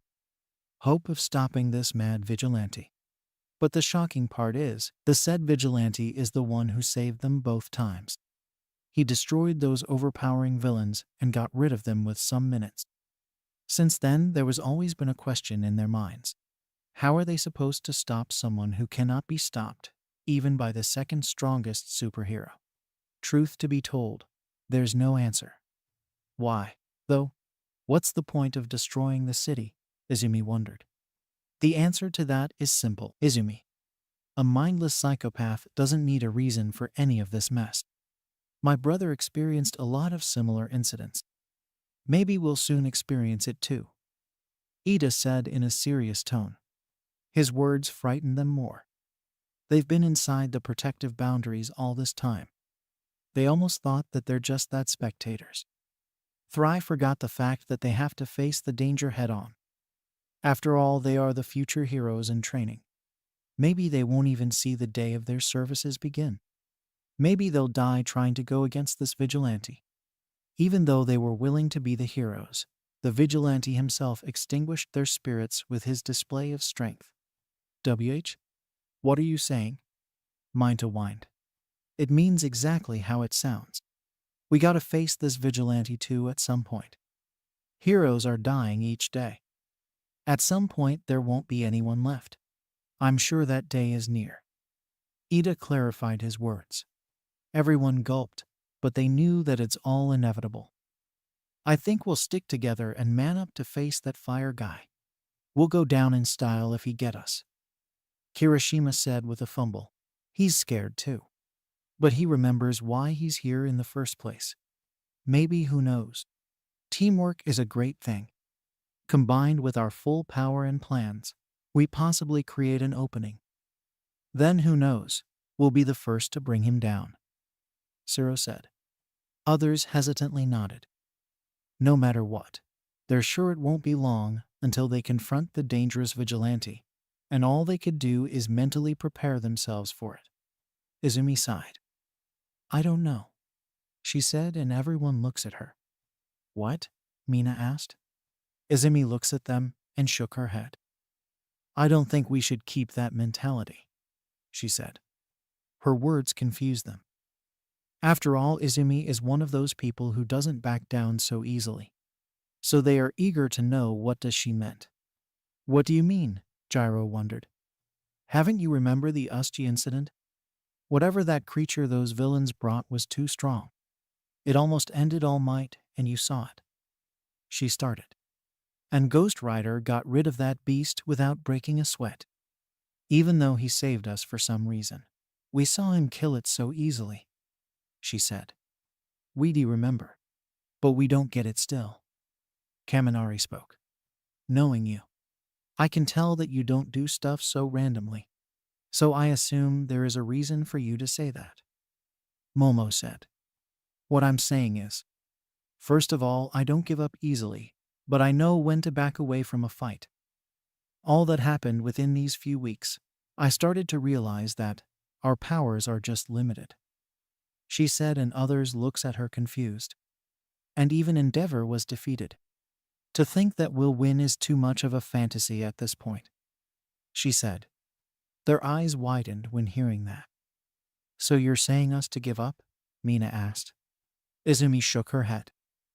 No, I'm telling you to reconsider every possibilities. Don't think we can handle it. Just think that the Ghost Rider is an impossible step to climb. That way we'll be desperate. And if we're desperate, we could do anything at the moment. For me, that way always worked. And don't forget who we're about to face. Our winning chances are just slim. Desperation will make us do anything to get rid of the threat. And that way, there's a chance we'll hold him in place for some time, she said. Her words echoes through their brains, and they knew that she's right. Maybe they're not supposed to defeat the vigilante. Maybe they're supposed to keep him occupied. With that, they started to think realistically. Meanwhile, so you didn't know who he is until recently, Aizawa said. Yes, sir. Honest. I never imagined him to be the Ghost Rider. He seemed to be normal at first. Up until recently, he was just any other random citizens I saw. She said almost everything to Eraserhead. She don't know if she's doing the right thing, but she have no other choice. Within 2 minutes, she explained how she met him and how he showed up at the cemetery that day. But the important question is yet to be asked, and she knows that he'll ask it anyway. Okay, but there's an important question. Uraraka, I want you to cooperate, because you're our hope to figure out the Ghost Rider, Aizawa said. I understand. Aizawa nodded and picked up his phone and typed something and eventually showed her the screen. It was the drawing Mirko helped to draw. I know that you saw his face. Is this how he looks like? He said. She sighed and nodded. Yes. Aizawa was hoping for a no. Izumi and her mother was in a lot of pain that day. You sure? He asked. I am, she said. I wanted a confirmation. Seems like this vigilante has someone else's face. Izumi's deceased brother looked just like the Ghost Rider. I was hoping for you to say no, he said, shoving his phone back into his pocket. And now comes the real question. With all honesty, you must answer me. Understand? He said. She already knows that question. She nodded. Who is this Ghost Rider? He asked. With not much of a choice, Uraraka was left with 2 paths. Either lie or tell the truth. Either way, she knows that there's a lot of questions left to answer. You ever been afraid of Ghost Rider? I mean, when he was there with you? Izumi asked as she held Eri's hand. It's almost immediately after they saw the news. Izumi is already walking back upstairs with Eri. They had enough of the TV that day. Everyone coping up with the situation differently. Most of them are anxiously waiting for the inevitable demise. But either way, there'll be a day they're on a death mission to recapture the world from the Ghost Rider's palm. And that day is nearing them breakneck speed. Eri looks up at Izumi when asked such a question so suddenly. Eri blinked a few times, and though about it, she's not afraid. But was it always like that? Sure, he was so nice and saved you. And saved us. Did you ever felt scared of him? She added. Eri nodded. I've been always afraid of the place I was kept in. Everyone comes there scared me. Because everybody wanted my blood. All the time I was left with pain and nobody cared. But I still remember hearing loud explosions all around me one day. Father and the other person was running towards somewhere. Then the whole path got destroyed. I was scared to see him come out of the explosion. I was so scared until he sat next to me and said that my life mattered and that he cared for me. He then removed the curse. She said and looks at Izumi. I'm no longer scared, she said innocently. Izumi nodded. But why not scared of the things he does? I'm sure you know what I mean. Izumi asked. I died many times, so death won't change Mr. Izu's place in my heart. He matters, just like I matter for him. Eri said, and truth to be told, Eri always sounded more mature than she looks. Maybe her past life made her tough. Or maybe there's no point of being an infant in her life, because she'll get hurt either way. I guess. Truth to be told, he saved us more than one times. If it wasn't for him, neither of us won't be alive. That's why I don't know how to feel about him. Whether to be afraid or calm. Nobody knows what to feel. It's like he's not a single person. It's almost like he thinks differently when he's using his quirk or something. Izumi said. Eri shook her head. That's not true. He's a good person who don't hurt innocents. Because he hasn't done anything to you guys. Eri replied. Izumi sighed. Eri has her reasons. But why is it hard to believe? I guess so. Izumi said, and both of them reached upstairs. Want to come to balcony? I'm sure Uraraka is there. Izumi asked. What happened to her? I hardly even see her these days. Eri said, confused. Something probably bothering her, and she's trying to cope with it. Izumi replied. Oh. As the two walked towards the balcony, Izumi heard faint voices coming from the direction they're headed. At first, they didn't heard much, and couldn't say whose voice it belongs to. However, Izumi almost missed Uraraka saying something, making it clear that Uraraka is there. Either she's on a phone call, or there's someone she's talking. Izumi stopped thinking that whether she should barge in or not. After all, she said that Uraraka can have her time. What if Uraraka is in middle of talking about it to someone? She don't want to overhear anything yet until Uraraka herself says something. Even though she's not eavesdropping, it looks to anyone that saw her like this. I think we should come back later. Izumi said to Eri. What happened? What's wrong? Eri looks up visibly lost. She's talking to someone. Probably something personal. We don't want to disturb something like that, right? Izumi said, smiling. Is she all right? Eri asked, worried about the brunette. Hopefully, Izumi replied. And like a good girl, she was about to turn and leave when she heard another voice. She knows that tough voice. Mr. Aizawa, she mumbled, halting again. Or better say, she stopped because of his question rather than his voice. And now comes the real question. With all honesty, you must answer me. Understand? She heard Mr. Aizawa say. Is he interrogating Uraraka? But why? What question he's talking about? What's the topic of the conversation to begin with? There goes her manners, and Izumi leaned a bit closer to hear things more clearly. Eri just stood there, unable to figure out what Izumi wants to do. Who is this ghost rider? Izumi's eyes widened when hearing that. What the hell? What kind of question is that? Few hours ago. You've never confirmed his identity? Mirio asked. Mirko sat there and sighed loudly. At that moment, my priority was to capture that kid. I almost had him this time. If I ever stopped for a chit-chat, I would have ended up here a lot sooner, or I would have just died without doing much. My goal was to drive him to a corner, and that's that. She said, still shaking in anger. The rider indeed sounds like a teenager when she talked. Means he not only looks like a teenager, but he's an actual teenager. And she could see the resemblance of Ghost Rider with Izuku Midoriya. There's another priority. To properly identify and make sure if the Ghost Rider has anything to do with Izuku Midoriya.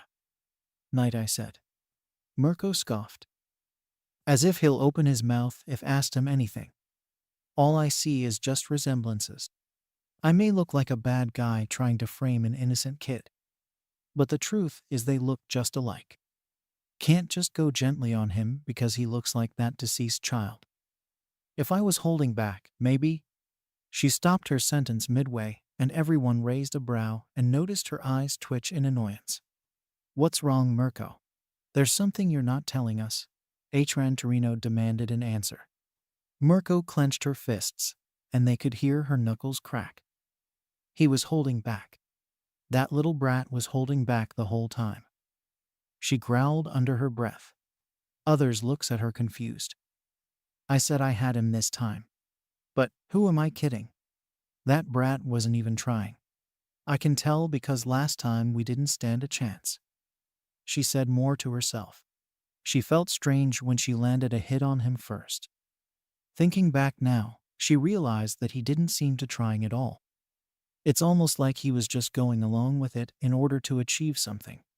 If the vigilante doesn't play around with his opposition all this time, how come he was holding back? Why not end it like he always does? Gran Torino asked. Mirko sat there thinking. Did he talk to you? Night Eye asked, adjusting his glasses. Mirko recalled the whole thing and replied. His attention was somewhere else. As far as I could tell, he's probably searching for something else. The whole time that brat kept telling me that I shouldn't be there. If he was holding back, he was distracted the whole time. The last thing I've heard him speak is to get out of there or something, she said. Looking for something, you say? Sakachi said, and thought about something. The incident with the mother and child. The Ghost Rider seemingly tackled them for something, and he's searching for something that time too. I've already submitted few photos of the scene, and the pavement was destroyed. But big footprints could be seen going opposite direction from the incident. We've heard Ghost Rider say that he needs to stop something. Sakachi said, and few heroes nodded, seemingly aware of it. Because they saw the photos, which leaves few others who have no idea. Aizawa was with you that time, right? And you told me that he found one of his students with the Ghost Rider at the mall, right? Night Eye asked. He left immediately after to question the student. If his suspicions are correct, then we have a possible snitch at the Yua compound. Either the student leaking information, or that student is in danger. Sakachi said, making All Might widen his eyes. Who's this student you're talking about? He asked shakily. Ochako Uraraka. Being their teacher, I'm sure you know who that is. Sakachi replied. All Might didn't say anything. That revelation was shocking. If she have anything to do with the Ghost Rider, it's likely to think that she knows who he is. Then she could tell if the rider got anything to do with Izuku Midoriya. Mirko's sketch and Midoriya face resembles to a point that it can be a coincidence, or there's more to it than we think. Sakachi said. It's probably a coincidence. What else could it be? A local hero said. We're talking about Ghost Rider. Whatever concerns him doesn't sound so normal when you think about it. His goals and quirks still remains a mystery, and things are happening strangely around him. There's two people that maybe possibly know about him more than anyone, and that two people is Ochako Uraraka and Eri. We tried to question Eri, but we couldn't help but startle her the whole time. That leaves us Uraraka Ochako, and that's only if Aizawa got the correct person. Sakachi said. So right now, there's a chance that the Ghost Rider is looking for something or the source of the footprints, while Aizawa questioning his student. Day by day, we're reaching somewhere. Gran Torino said, connecting the whole possible things that may be happening right now. Meanwhile, with Deku, happening simultaneously with the hero meeting. The Garm. An interdimensional threat that came all the way back from the bottom of the dimensional core. Why it is a threat is because the life form moved before its very eyes is something it sees as a filth. Even though it doesn't kill everyone on its path, doesn't matter anymore. Because when this beast gets familiar with the new realm, then it'll start its rampage without being picky. No matter whoever comes across its path would be shredded into million pieces. He knows what kind of threat that creature is, and stopping it is his main priority now.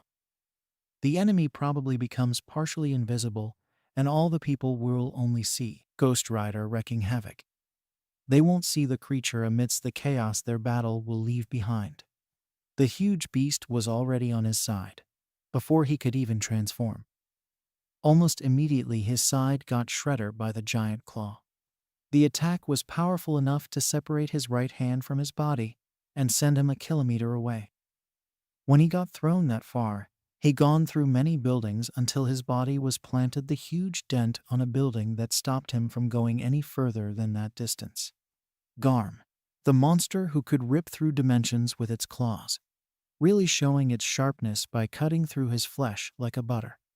Deku wasn't moving at first, but he knew that he cannot waste any more time and let this creature get accustomed to this new world. Without it having a soul, he gotta inflict physical damage rather than go for the penance stare. Countless lives are on the line. It'll be a nightmare if the creature let loose freely. In an instant, the big creature came zooming past the destroyed buildings, and it's a second away from landing another strike on him. Deku's eyes glowed and smoke started coming out of his body.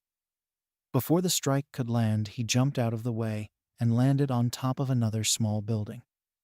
Garm hit the spot he was just a moment ago and absolutely obliterated the entire half of the building. Huge dust and smoke blocked the entire scene. Deku's transformation was midway, and when he fully turned, his lost limb is already grown back. He saw through the smoke as the creature leaps at him. This time, Deku didn't dodge or rolled out of harm's way.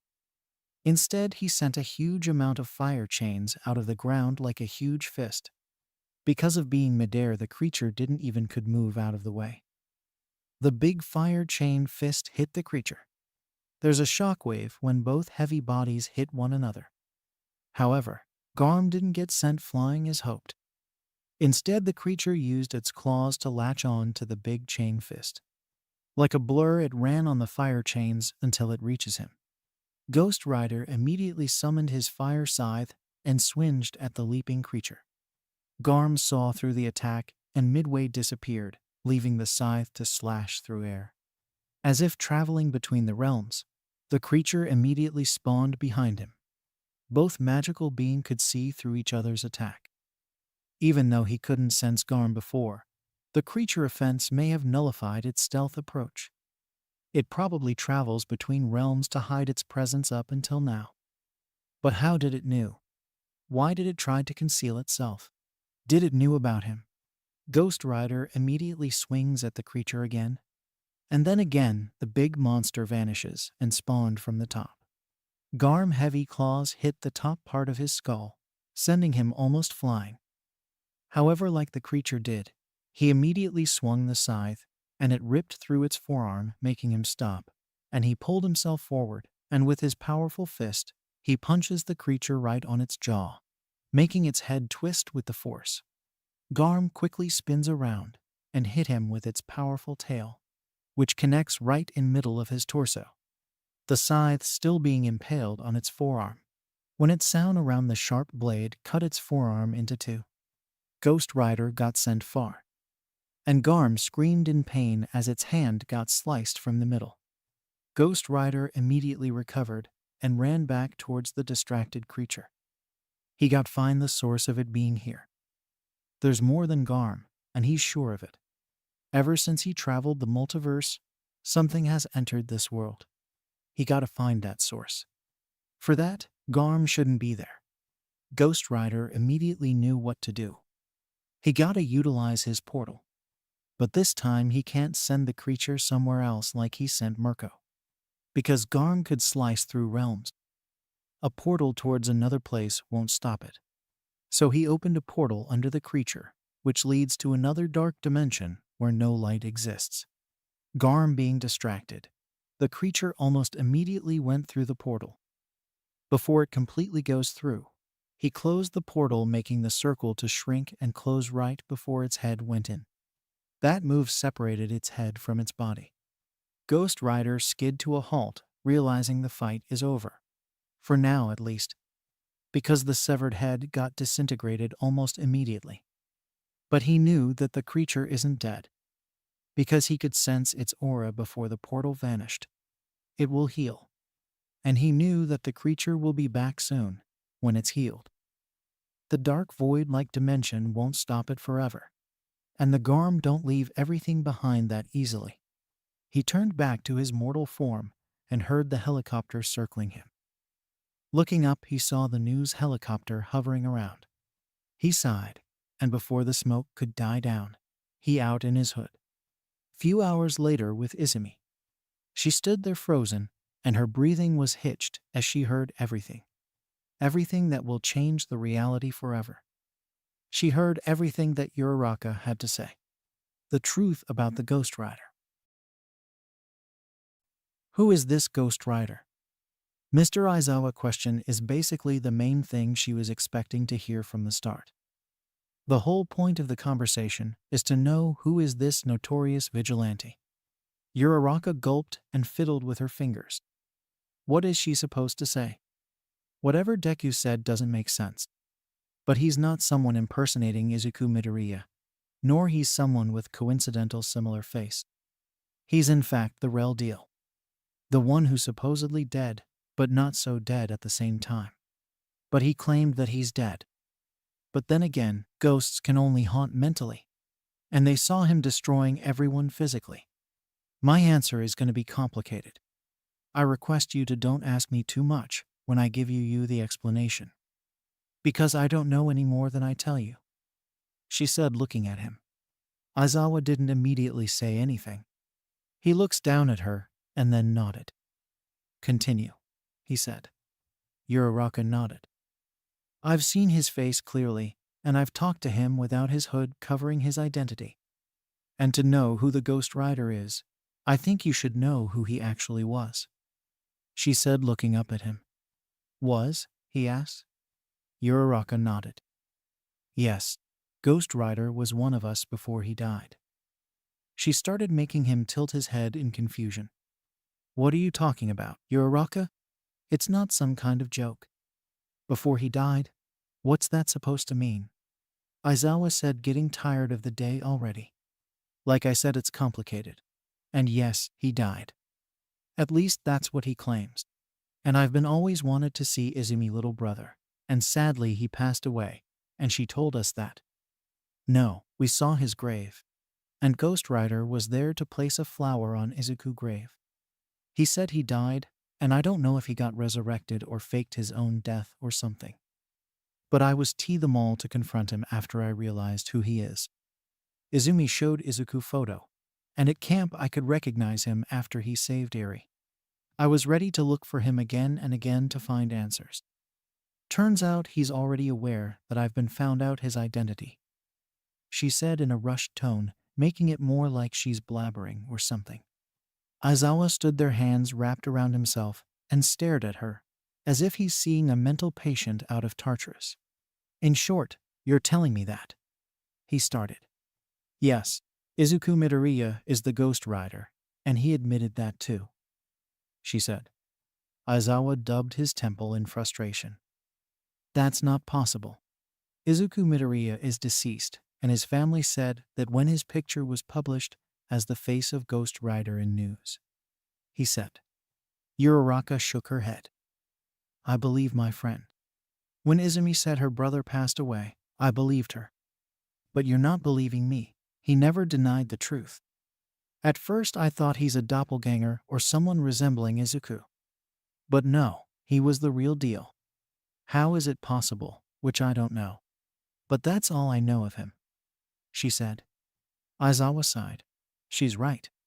Things sounds way too complicated. I want you to come with me.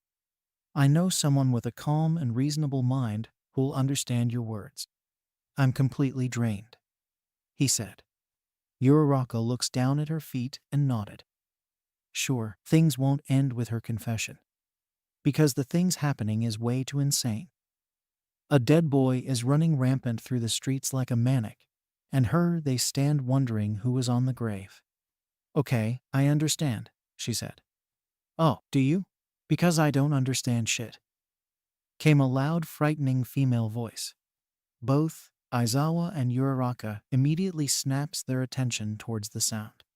Their eyes widened, seeing none other than Izumi, who stood there breathing like a wild animal. And her physic energy engulfed her body, and her eyes are frightening and purple. Uraraka's heart skipped a beat when seeing Izumi stand there.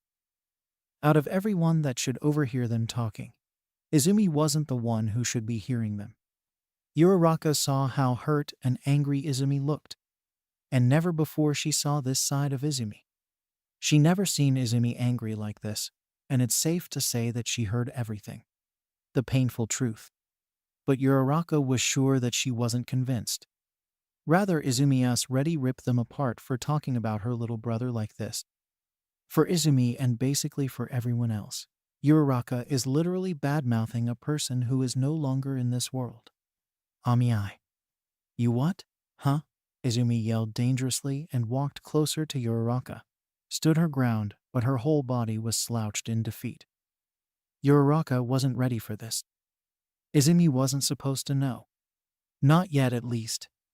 Which part of this situation you don't understand? First it was the fucking news and heroes dragging Izuku into this shitty mess. And they still don't care to take his picture down.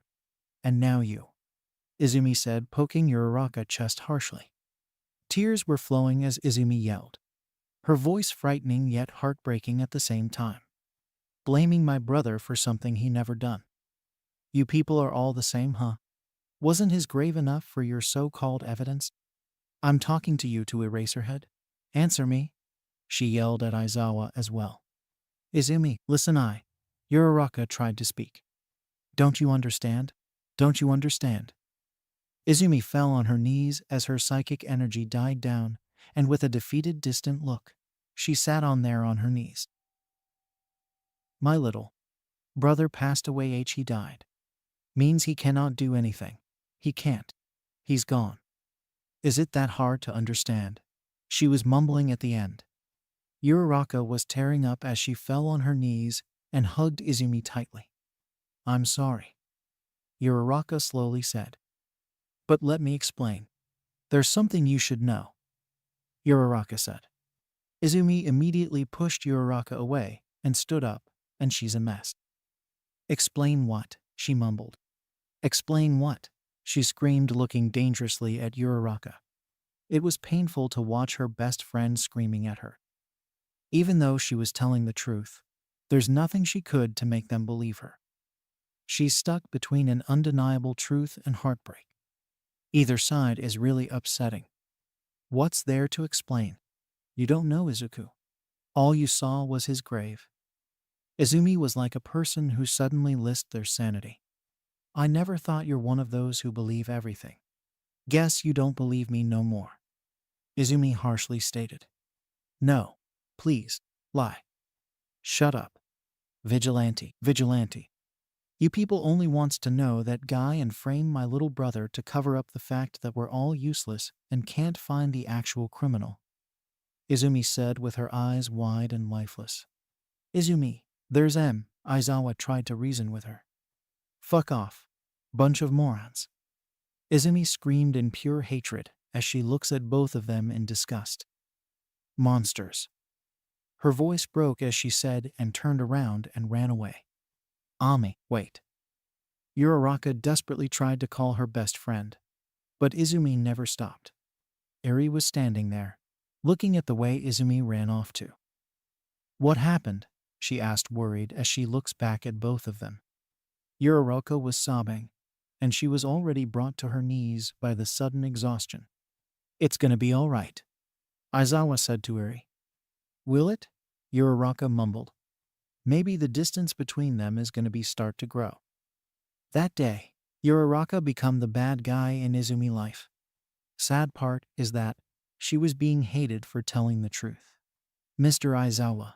Mina came barging into the staff room, startling the occupants. Every teacher looks back at the pink-skinned girl. Mina was panting and a horrified look was on her face. Aizawa was arranging Uraraka meeting with Tsukachi, and he looks at Mina with an eyebrow raised. Ashido? He called, standing up. What's wrong? What happened? Midnight asked, walking towards her concerned. They could guess it's something horrible, because Mina looked so disturbed by whatever is going on. This is wrong, Izumi Shi. Mina was struggling to speak. Calm down, Ashido. Aizawa said, walking towards her. I can't. And Izumi she left. She finally said it out loud. Aizawa halted for a moment, taken back by whatever she said. Left? Where to? Midnight asked, confused. Mina pointed outside the room and was still gasping for air. Eri said. She said Izumi left. That's all she could say. This time Aizawa knew better than to stand there and watch. Eri knows. She knows what? Aizawa ran out of the room and exited the school building and ran towards class 1 of dorms. You problem child. He mumbled more and realized things aren't as easy to comprehend. Upon reaching the destination, the mood was gloomy and everything was dead silent. The first thing he saw when darting into the leaving room was almost every student standing there looking at one another, as if looking for answers, or they're just too shocked to even move. Uraraka was kneeling on the floor with both her hands on Eri's shoulder. Where's she gone? He demanded an answer. But he knew that where this is going. At first, he didn't get any answer. What felt like an hour later, Uraraka looks at him, and she was silent. Her face distorted into that of a shock, and it's just frozen in her face. Answer me, he said impatiently. Few hours ago. Did I do this, Mom? Did I? Izumi, emotionless voice, asked her mother, whose equally seemed dead inside. Don't. Please. Mama can't handle when you're like this. He'll never blame you for anything. You did nothing wrong, Inko said, placing her hand on top of Izumi's head and patted her hair. Everything was an unfortunate turn of events. We cannot change anything that's supposed to happen, Inko said, trying to convince herself, then assuring Izumi. Izumi sniffled and hiccups because of crying for hours. She's messed. They're a mess. Maybe I could have changed it. Changed everything, she said. Inko shook her head. What are you saying, sweetie? How Inko was cut off when Izumi slowly stood up. I could have changed everything, Mom. I could have. Izumi's voice broke as she cried again. But I didn't. All I did was make things worse, Mom, Izumi said, trying to stop her cries. Inko stood there looking at her daughter, confused and worried. I was so horrible to him, Mom. I was a bad sister, Izumi started. Inko shook her head. You're wrong, honey. You have done no. I did him wrong, Mom. I never told you this. But Izuku was bullied, Izumi said with her head low, and regret consumed her. Inko's eyes widened, and those words shocked her. After all, Izuku never complained. Everyone hurted him, Mom. Everyone was so cruel, and I could make them stop. I could have, she said, wiping her eyes. Inko looks at her, already crying again. But I didn't stop them. I failed to protect him. But then again, I was one of them. I also bullied him too, Izumi said, looking down at her feet, embarrassed and disgusted at her own self. Inko nodded her head. Explains why he never brought any friends home, she mumbled. Maybe he was too good for us, Inko said sadly, and Izumi looks at her. Izuku was too pure for this world.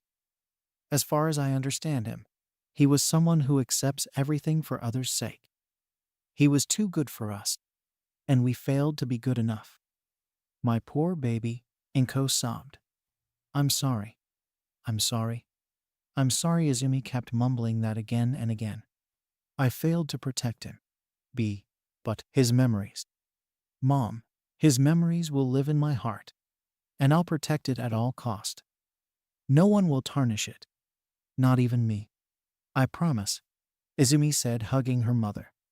Don't push yourself too much, sweetie. I would have been mad at you for bullying Izuku, but we'll be disturbing his sleep by fighting over it. He maybe already forgave you, Inko said, hugging her back. Izumi nodded. He did. But all I could do is protect his memories. I won't let anyone ruin his name, she said. She won't let anyone ruin his name, no matter who that is. Izumi opened her eyes, and the room was dark, and she's sitting at the corner of the room. How long was she there crying? How long has it been since she yelled at Uraraka and Eraserhead? How long was she there in her room trying to not jump out of the balcony and end everything? How long was she in despair and hatred? How long? Why, though? Why things have turned this way? Shit. She shouted and slammed her fist on the floor. Why did things reach this far of fucked up? Out of everyone, she felt betrayed when she heard Uraraka say those words. Truth to be told, she was betrayed rather than felt betrayed. Uraraka knew. That damn girl knew everything.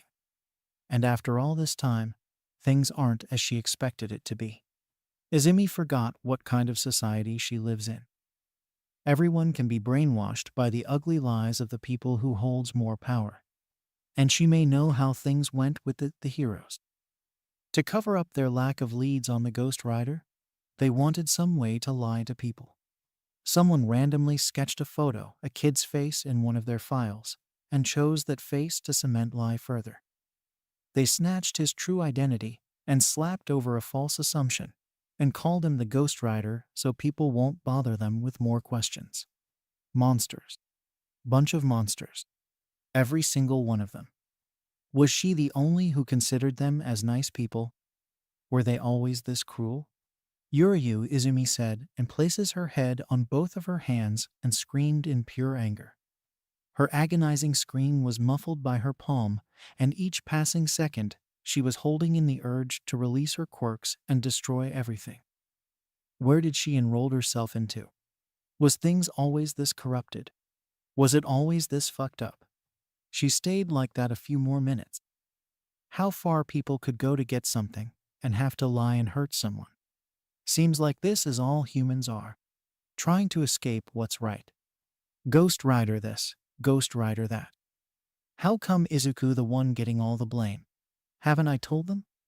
Do they even know the meaning of death? She mumbled to herself as her eyes stared at nothing in particular. That's a faraway place that nobody comes back from. No matter how many times their loved ones cry and beg. Trust me. I know. I've tried. She continued to talk to herself. After 2 minutes, she chuckled dryly. The chuckle wasn't of amusement or joy. It's of self-reflection of her current state. Out of everything she could do at the moment, she's talking to herself. As if she's going insane. Am I going insane? She asked herself. She thought for a moment and sighed. Maybe I am, she admitted. Staying like that, Izumi immediately stood with eyes widened in realization. Eerie, she mumbled. Present time. Eri said, Izumi gone after Ghost Rider. Ida answered for Uraraka, who was finding it hard to answer his question. Bakugo was silent, as if everything just yet to be synced in his mind. Aizawa sighed in frustration. Why am I not surprised? He asked to himself. But why though? Why she gone after that vigilante? Kaminari wondered. Is it because she's tired of seeing the carnage he brings? Siro asked. No. If she's after stopping him from the rampage, she wouldn't have waited this long. There's more to the story. Momo, being the wise one, said. Aizawa looks at Eri, ignoring all the questions by the students. When did she talk to you, Eri? He asked. Eri looks up at him and said. Last night. She came to my room with a photo frame and asked me if Mr. Izu looks like the person in the picture. She said. Everyone looks at her when hearing the new details. Aizawa nodded. What was your answer? I was surprised to see Mr. Izu standing next Izumi in the picture. Still, I said that's surely how he looks like. She said. Wait, hold 1 second. What did you say? Bakugo said when hearing that. Few hours ago. Izumi walked and stopped in front of the place she last seen Izuku. His grave, which is still covered in the flowers Vine Ghost Rider left behind. That's the only logical place she could be right now. How do you get Mr. Izu picture? She still remember Eri's question, like, what the hell? Izumi was wearing a black hoodie with the hood covering her head, which protecting her from the rain somewhat. She wore matching colored pants and shoes with a yellow backpack on her back. With a shaky right hand, she reached down and placed it on the grave. She roamed her hand over it, as if trying to check if it's real or not. You seeing this, Izuku? Someone stole your name and causing people all this trouble. And they all blaming you, she said sadly. How could I ever repay you with anything other than keep your name from being tarnished? I'm sorry for everything. For not being there then. And not being there when you needed someone to lean on. Just, all I could do now is find out that filthy imposter and try my hardest to prove everyone that you're not the bad guy. I promise you. She said and leaned until her forehead was touching the marble on top of the grave. If I ever fall to prove your innocence, then I'll be with you on the other side. Because I don't want to fail you twice. I'll make it up for everything at heaven, she said with a sad smile. Only if there's a place for me on heaven. After all, filthy selfish bitches like me belong in hell, right? She said as the tears fell. I'll repeat my promise one last time. If fail to prove your innocence, then I'll be leaving behind everything too. Even if it's hell that's waiting for me. Mark my words. She mumbled. Now, rest easy. Your big sister will do her best. See you soon. Everyone looks at her when hearing the new details. Aizawa nodded. What was your answer? I was surprised to see Mr. Izu standing next Izumi in the picture. Still, I said that's surely how he looks like, she said. Wait, hold 1 second. What did you say? Bakugo said when hearing that. Eri looks at the blonde and said, the person in the photo looked like Mr. Izu. I told her that. Eri confirmed. Everyone seemed to not understand his concern and looks at him for answer. Bakugo's face showed his shock, which confused them further. Sure, she wasn't going after the Ghost Rider, he said subconsciously, eyes roaming around the room focused on nothing. What? Sero asked, not properly hearing much. What do you meant by that? Kirishima said. Bakugo shook his head, as if it's hard to focus on anything right now. He needs answers. You? He points his finger at Ochako, showing no sign of warmth. You know something. You're acting way too strange than the rest of us, he said, dangerously moving closer to her. I've noticed your face. I've seen guilty people my whole life. I can figure out them from their stupid reactions. What are you hiding? He said, noticing the regret and fear in Uraraka's face. Unlike anyone around, she's the only one who looks guilty, as if she's committed a crime. Like confirmation to his doubts, she looks back at him almost immediately. That reaction alone cannot be justified as if someone is at fault. But her widened eye that gave it away. Her entire body language told him that she's definitely hiding something. His palm crackled with many small explosions as he walked closer. The whole thing was shocking. Of course, Izumi gone after the so-called imposter to figure out the truth. Ever since he saw Izuku's face on the news, he's pissed with everything as well. He could only imagine how Izumi feeling right now. But he can't do anything about it. After all, he lost the rights to care about her a long time ago. But now he want more answers. Hey, calm down. Uraraka's more close to Izumi. Explains why she's concerned. It's not her fault. Momo defended her, blocking his way. Out of my way, damn extra. I want the words from her, he said, pushing Momo to a side. She wasn't in a hurry to go get that Ghost Rider guys when she was downstairs. But then she took the girl upstairs, and then I'm sure she didn't came back down. The walls are thick enough to not hear everything. But knowing her, she never just runs away for some goddamn reason.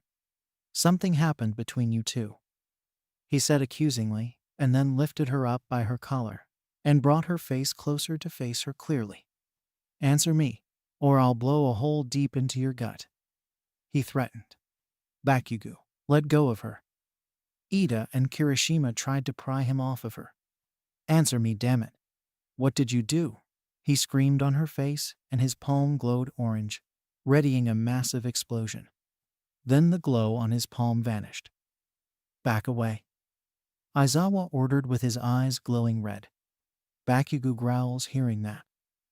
Fuck off, Eraserhead. You're one of the assholes who let this all happen. Don't pretend like you're in right here. I'm not the right person to ask you this. But what did you do to stop any of this? Huh. Nothing. I want her to speak so I can do the job you failed to succeed. He roared at Aizawa, still not letting go of Uraraka's collar. Uraraka is sobbing at this point. Aizawa didn't know what to say. He knows the truth, but Bakugo outrage is justifiable. The situation is that complicated. Speak. He roared on her face again. S. She heard me speak. Uraraka slowly said. Heard what? H. Her brother is the Ghost Rider. She said, making everyone go silent, including Bakugo. There's no point in hiding everything. Because at this point, not telling them the truth is pointless. The last person she wanted to know was Izumi. So why bother hide something that's not worth hiding? Bakugo was still as a rock, and then he laughed. His laugh wasn't an amused one. It's just a hysterical and insane one. Everyone who knew about Izuku's death was just looking at Uraraka as if she lost her mind. Why would you say something like that? Jiru questioned. You know he passed away. Then why? She asked for other females. Because they were all there at his grave that day. PL. Please hear me out. She begged. You think it's funny? Bakugo said, and then the next second he slammed her against the wall. She doesn't trust anyone that easily, and the one girl she was ready to hear out was you. And you chose to listen to the damn sob story these guys made, and had the balls to say that her face. Which part of this situation you're not aware of, huh? At this point, almost everyone was trying to get him off of her. No matter what they did, his rage was stronger. Eri backed away, not knowing what to do. Aizawa sighed and had to push Bakugo away himself, giving Uraraka the time to breathe. She coughed and gasped for air.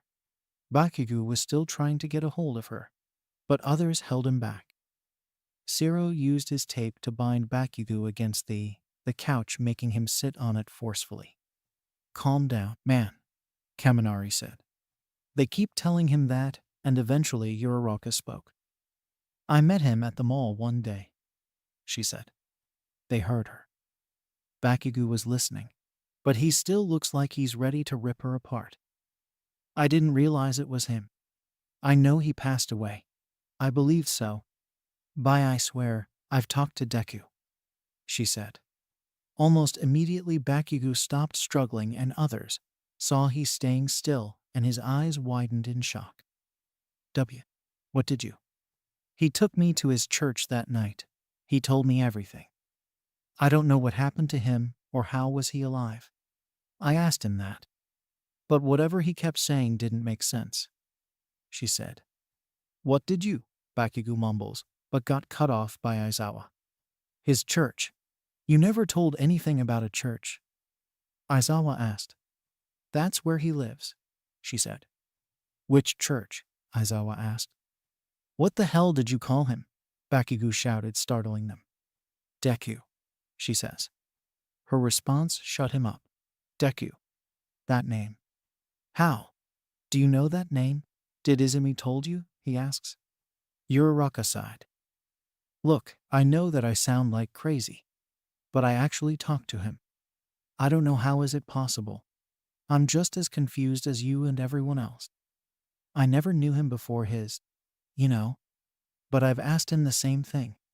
All he said was, he came back, she said. Everyone looks at her, unable to process anything. You said it. You don't know him. Whoever you talked to you was lying. Because I was at his funeral. It wasn't something any of us ready for. But we had to believe he's gone and move on. You're wrong. He yelled dangerously. Others didn't know what to do either. Uraraka shook her head. Just all I know is that Izumi after the truth. She won't stop until she finds out herself. I never meant to cause her to run away. She wasn't supposed to hear it just yet. So, it's my responsibility to find her. I gotta go find her, she said. You caused enough trouble already. I'll go myself, and I'll kill that damn imposter when I find him. Bakugo yelled, ripping himself out of the sticky tapes. Mr. Aizawa, we should go after her, Momo said. She'll get herself killed otherwise. Ashido said, concerned. I'm going too. Kirishima raised his hand. Slowly everyone was agreeing with him. Even though they are afraid of the Ghost Rider, they knew that they have to deal with the situation sooner or later. Bakugo was still glaring at Uraraka, who didn't look away. In her eyes, he cannot see lies. All she held in her eyes were guilt and sadness. Aizawa sighed. This situation came this far. First of all, we need a plan. There's already a mission to capture Ghost Rider, and I need to inform them before we go after him, Aizawa said. But it'll be too late, Momo said. Without a backup or any support, it's pointless to go after Izumi or Ghost Rider. We won't be much of a help if we're dead, he said. They knew he was right. But Bakugo didn't want to wait around. I'm going after Izumi. Don't care if I'm dead or not. By the time you prove yourself helpful, there won't be much of her to be saved, he said straightforward. Uraraka looks at Aizawa. I'm going with him. It's my fault. I want to go and make sure she's all right, she said. Huh? Bakugo voiced his displeasure. You heard me. Even though I know what I saw, I want to help Izumi from herself. She'll be mentally thrashing herself if all I knew, she said, not backing down. Silence, both of you, I said. Aizawa was quickly cut off when another voice came. I don't see anything wrong, came another voice. Nezu stood there with his usual smile. After all, they're supposed to go out there and be heroes, right? He said. Without a backup, they'll be dead meat, Aizawa said. Nezu chuckled. We all die one day. Sure, I built this dormitory system, but it wasn't supposed to stop them from going out there. No. It's because nothing won't reach them before they're ready, Nezu said. They're not ready, Aizawa said. None of us are. Either way, they're going after their classmate. While we confront the Ghost Rider, let's just let them reach their friend, Nezu said. Kodachi's main objective was to look out for the source that attracted Garm to this realm. Its master was searching as well, but still Kodachi did his best to give the air support. It's been few hours since then. Still no sign of anything. However, Kodachi sensed something else. Before anything, Kodachi was surrounded by a pink aura which halted its course. Kodachi was flying a bit lower, and it was only few feet high up than the buildings. Looking down, Kodachi saw someone. The person was wearing all black, and their face was hidden. But still Kodachi saw those green eyes that looked so familiar to its master. But this person is not its master. The person is also surrounded by the pink glow, and they're holding up their hands. Kodachi realized that this person is the one using their power to hold him in the place. You, the person shouted. Show me your master. The person ordered, bringing Kodachi closer bit by bit. This person is a sinner. Or was a sinner. Kodachi could feel something different about this person. They did committed sin, but somehow their soul is already in pain. Tell him to come face me. Kill me or not, I want answers. The person yelled. Tell him to give my brother back his name. Tell him Izuku's sister is here. Out in the rising sun, young heroes gathered up on top of a small building overlooking the light that illuminating the city. However, they're not facing the sunrise itself. Spite of the beauty of the orange hue, they aren't supposed to enjoy any of it, knowing that their friend is far from their reach. The lack of information led them out here in the open without nowhere to look forward to. The city is big. Even with all of them, they could barely cover a single area. Knowing the threat, they haven't discussed the chances of splitting up either. Even in movies, That's the most eye-rolling mistake one could make. And here they are hoping to run into Izumi sooner than they come across the Ghost Rider. So, where the hell is it, huh? Bakugo yelled at a panting Uraraka, who mostly felt dizzy by putting too much effort scouting. I, all I know is that we're looking for a church that's abandoned somewhere. She could barely form a sentence together between her heavy breathing. But why are we going for the Ghost Rider? Aren't W. Kirishima started only to cut off? I know, damn it. First we gotta find the hellhole he's hiding in. Your use if there a chance to ambush the bastard. We'll know where to start. Mostly, I want to show her the way. The first thing when I find her. This shit is far from just a game. I'll make sure that I could be useful one way without fucking up. He yelled, not even looking at their way. This was first for them. Bakugo used to be so full of himself all the time. Even though he was acting strange around Izumi, they've never saw him considerate of someone that's not him. Almost as if he cares for Izumi more he gets credit for. The look of determination and concentration he's shown them since they left the academy was so strong. They've seen things on movies, and the hero in it only looks like this when it's their redemption arc. Bakugo isn't the finest of hero material. Yet, something about him was always heroic. The glow around him was always bright, and they now know why. Maybe he wasn't someone that's easy to understand. Okay? But can't we just focus on Izumi first? Because last time I've checked, we were too late to even get out of the academy. Kaminari pointed out. And she's an energetic girl. She'll be already miles away. Ashido said. We can't lose any more of our time and go for the Ghost Rider. Izumi probably in danger as we speak. Hagakure said. Bakugo scoffed. You don't know her as I do, extra. She's energetic for sure, but not stupid enough to run around aimlessly. I'd be surprised if she haven't found anything. I've lost many times fighting her, which makes her more than capable, he said. At this point, they've seen everything.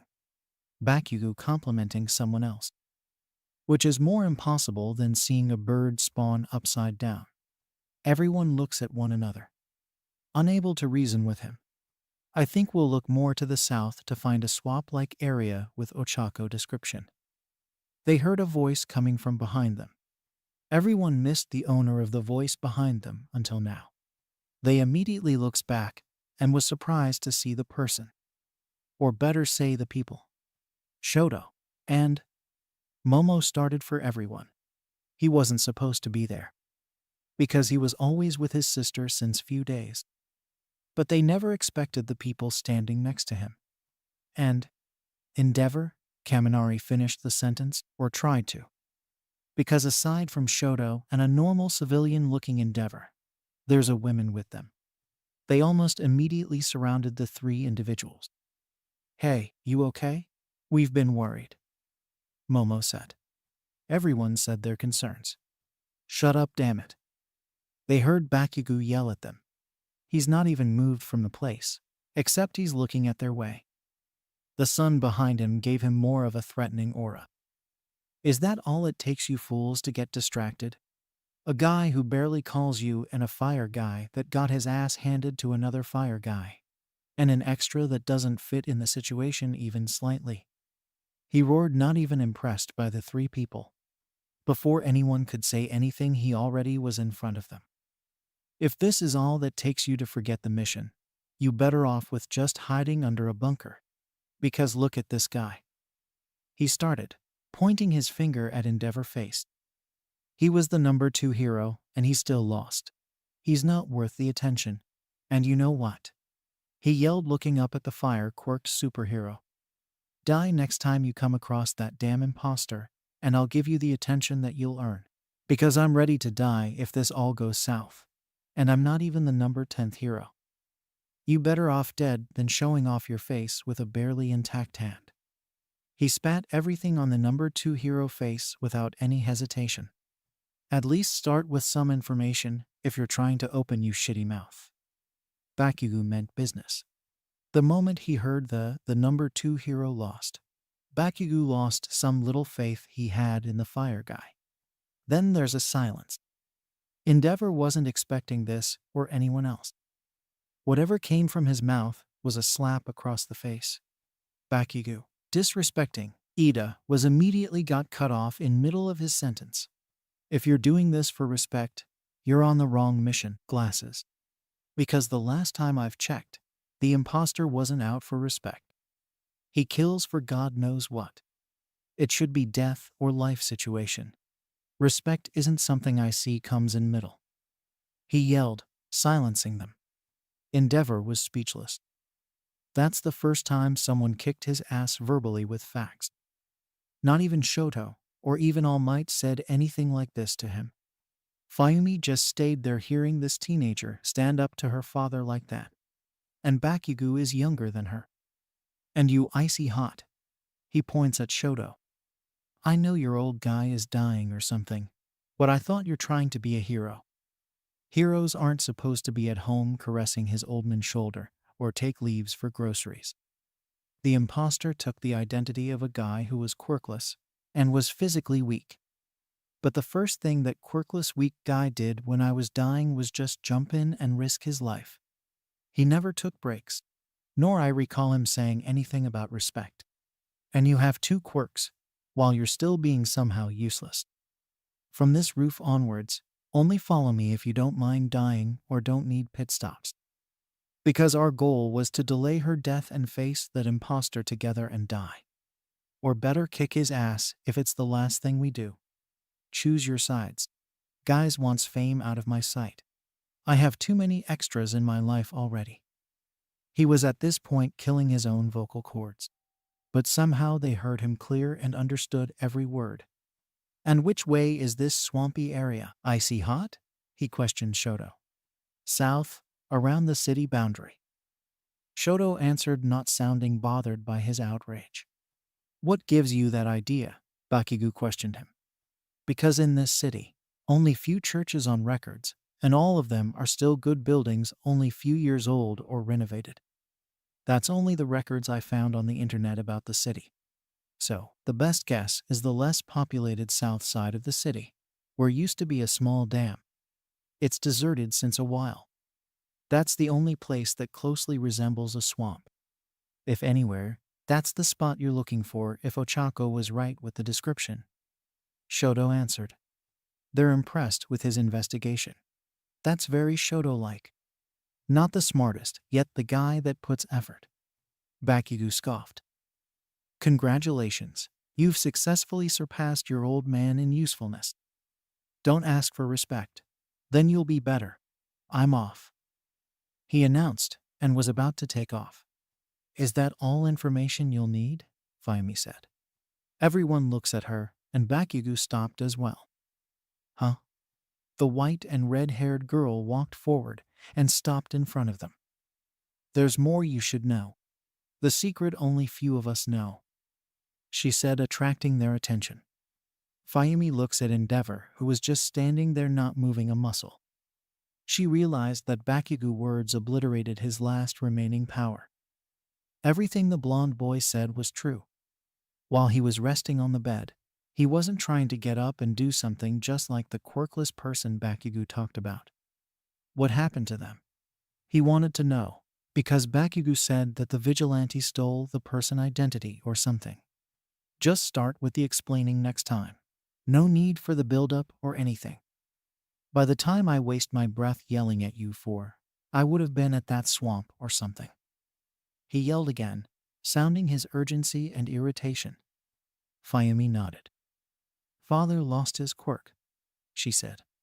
That's the straight-up point she could come up with. If the silence before wasn't much, then now it's almost like there's no sound exist. Everything only was processing in their minds, and that's it. Whatever she said didn't reach their brain. Or is it that the brain doesn't know how to take it? Either they almost thought to check their ears to know if it works properly. Seeing their lost look, Fayumi sighed. The day Fa Endeavor and Mirko confronted the vigilante, they've ran into his pet bird. Mistaking it for the vigilante, he was distracted. Something happened between them cost him his quirk.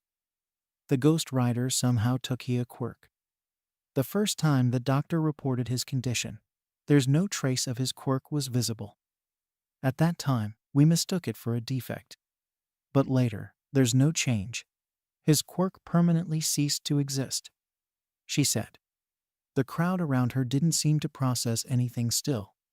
But eventually, they started to blink and Bakugo was just looking at Endeavor straight in the eye, as if trying to detect lies. Meanwhile, Uraraka was the one to speak. Wait, you mean he's not able to use his fire for now or what? She asked, confused. You really meant that he can't activate his quirk no more? Tsuyu followed with another question. Eventually, everyone except for Bakugo and Shoto was asking their questions. Unable to accept that, the number 2 hero just lost his quirk. How could someone lose their quirk? It sounds so new for them. To confirm the doubts. Yes, he's quirkless now. Even though the concept of it sounds so impossible, that's the truth. The meaning behind this revelation is supposed to give you an heads up. We were heading back home when Shoto spotted you guys.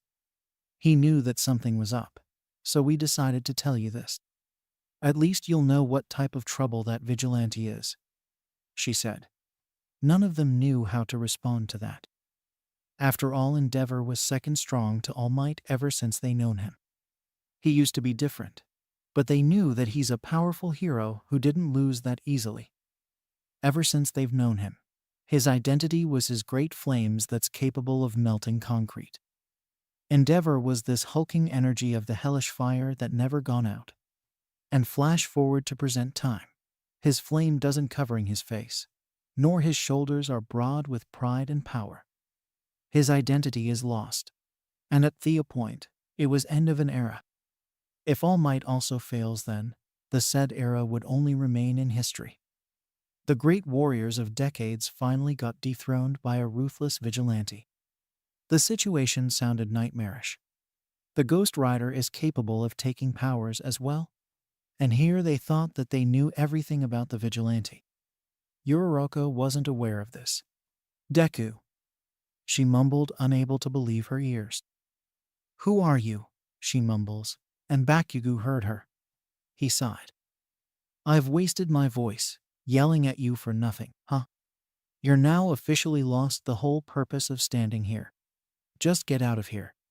Quirkless isn't your style, unless you're useful without the help of your damn quirk. I thought at least you'll be able to be out there with others and track down that bastard, if I riled you up. Everything was pointless. Bakugo finally didn't yell. His disappointment was evident. But still he meant every damn thing he said, even though it was also something to give the fire guy the motivation. Tragic sob story. Now let us search the south. It's useless to look at your face, knowing you aren't going to be much of a help. Bakugo said. I'm going with you, Shoto said eventually. Bakugo stopped and looks back. My old man, as you said, is lost. But I've been always worked myself until my bones are crushed, in order to be better and surpass him.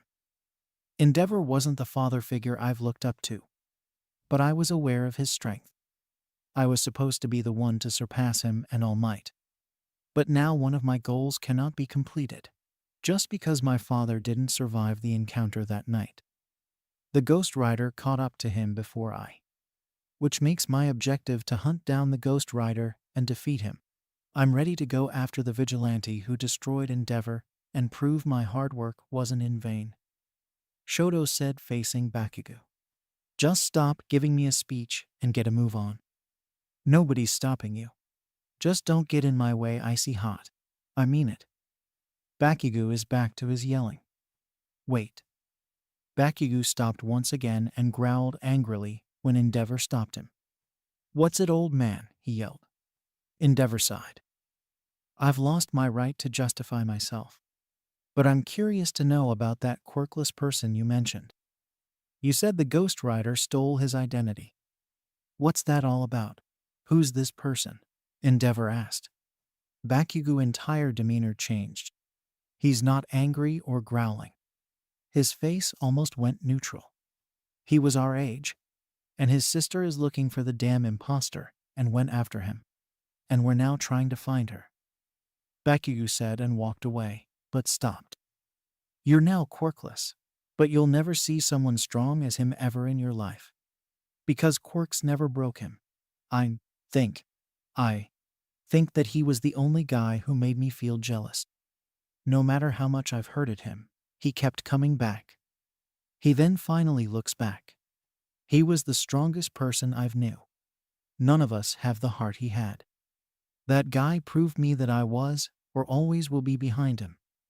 Even though you're now quirkless just like he was, you'll never be as strong. He said in a calm voice that none of them heard before. Uraraka stood there listening to him.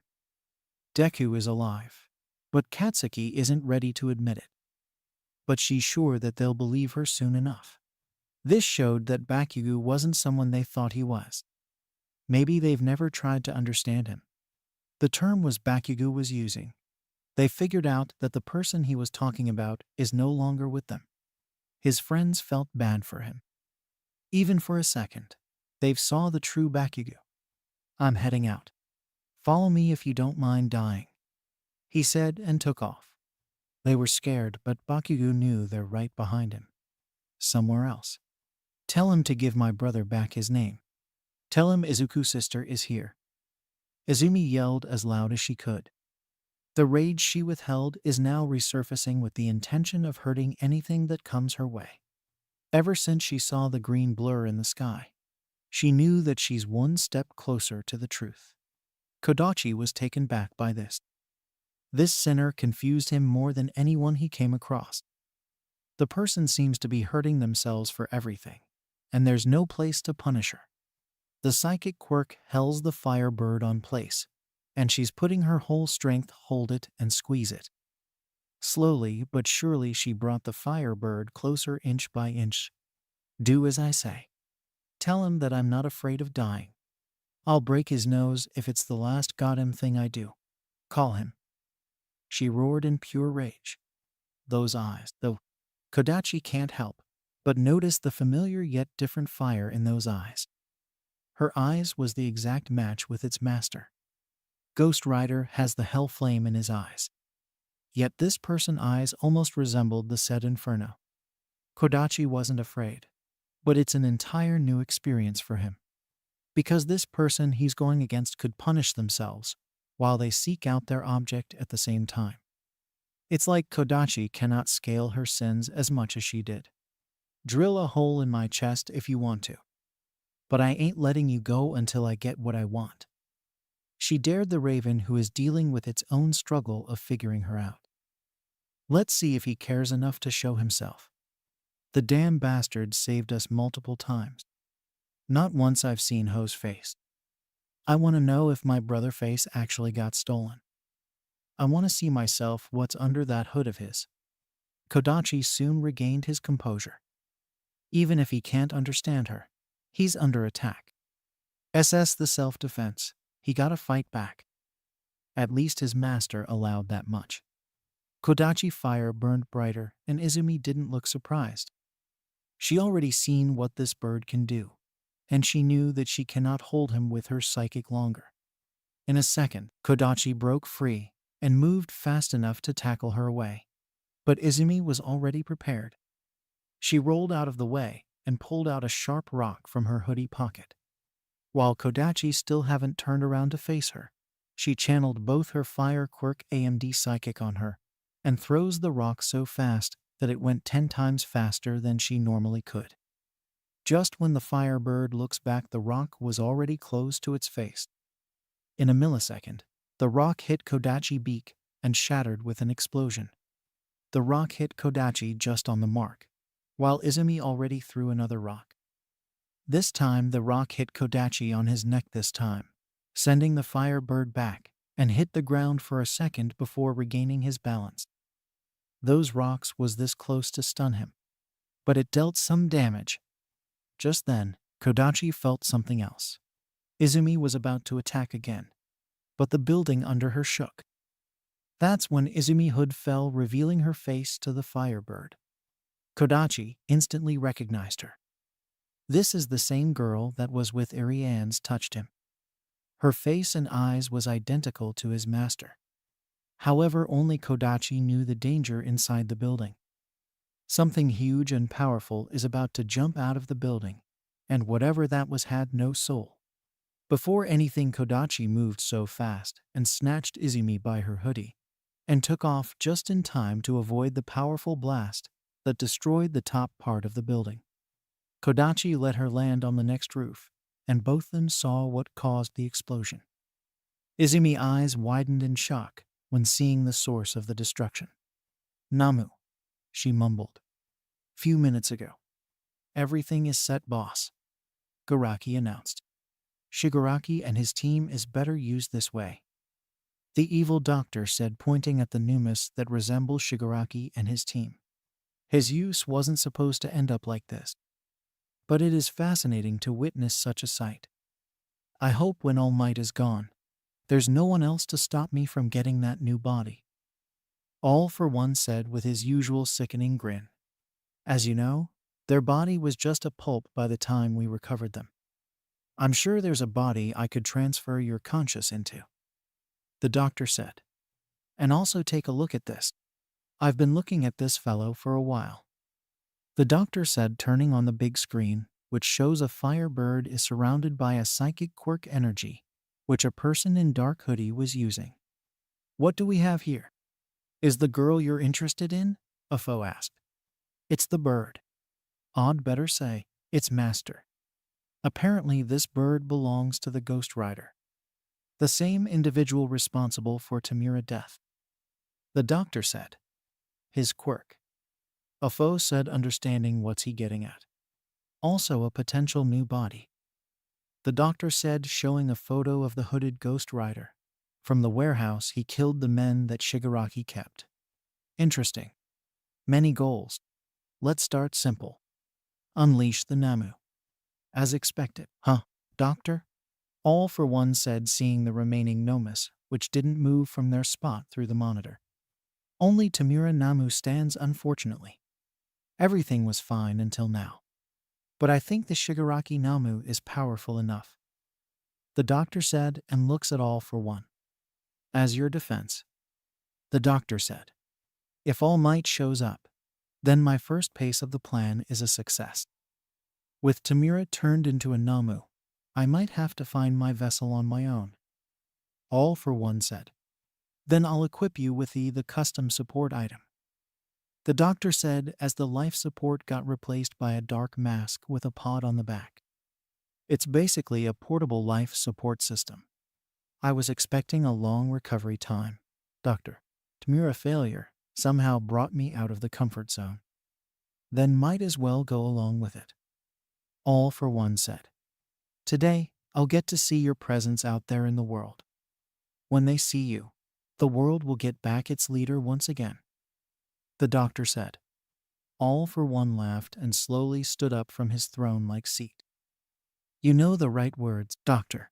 The world is missing me, and I'll be hoping for you to prepare the vessel I bring," All for One said. "Your wish is my command." Meanwhile, at the old church. "Is this it?" Kirishima wondered, looking at the swampy area just ahead of them. All of them stood outside the gate overlooking the old rundown church in middle of the swamp. "The direction I pointed out is accurate. Only your confirmation is needed," Shoto said, looking at Ochako. "Everyone looks at her, and she knows the right answer. If there's green fire like chandelier inside, then it's the exact place we're looking for," she said. Ito was looking around, and he pointed out something. "There," he said, attracting everyone's attention. The thing he was pointing at was the pathway leading towards the church. "Tire marks," he said. They came closer and observed the many tire marks of the exact same tire print. "It's only wide enough to be caused by a motorcycle," Ida confirmed. "And Ghost Rider has a motorcycle," Ashido confirmed, because she follows him in social media. "His motorcycle is a topic everyone discusses as much as his every trait."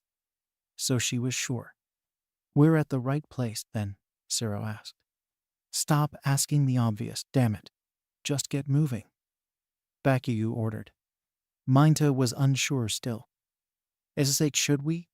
I mean, we're walking right into the den. He might be still in there. He reasoned fearfully, and almost everyone felt intimidated. But they're already committed to it. He's not, Ochako said. How do you know that, Kiro? Sue asked.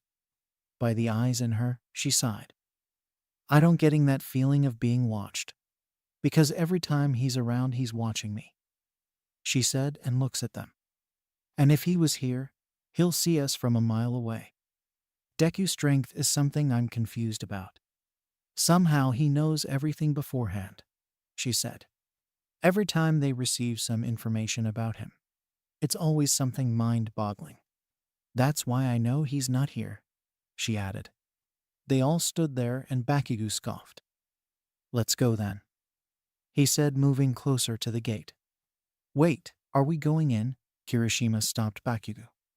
Yes, Bakugu said, getting irritated.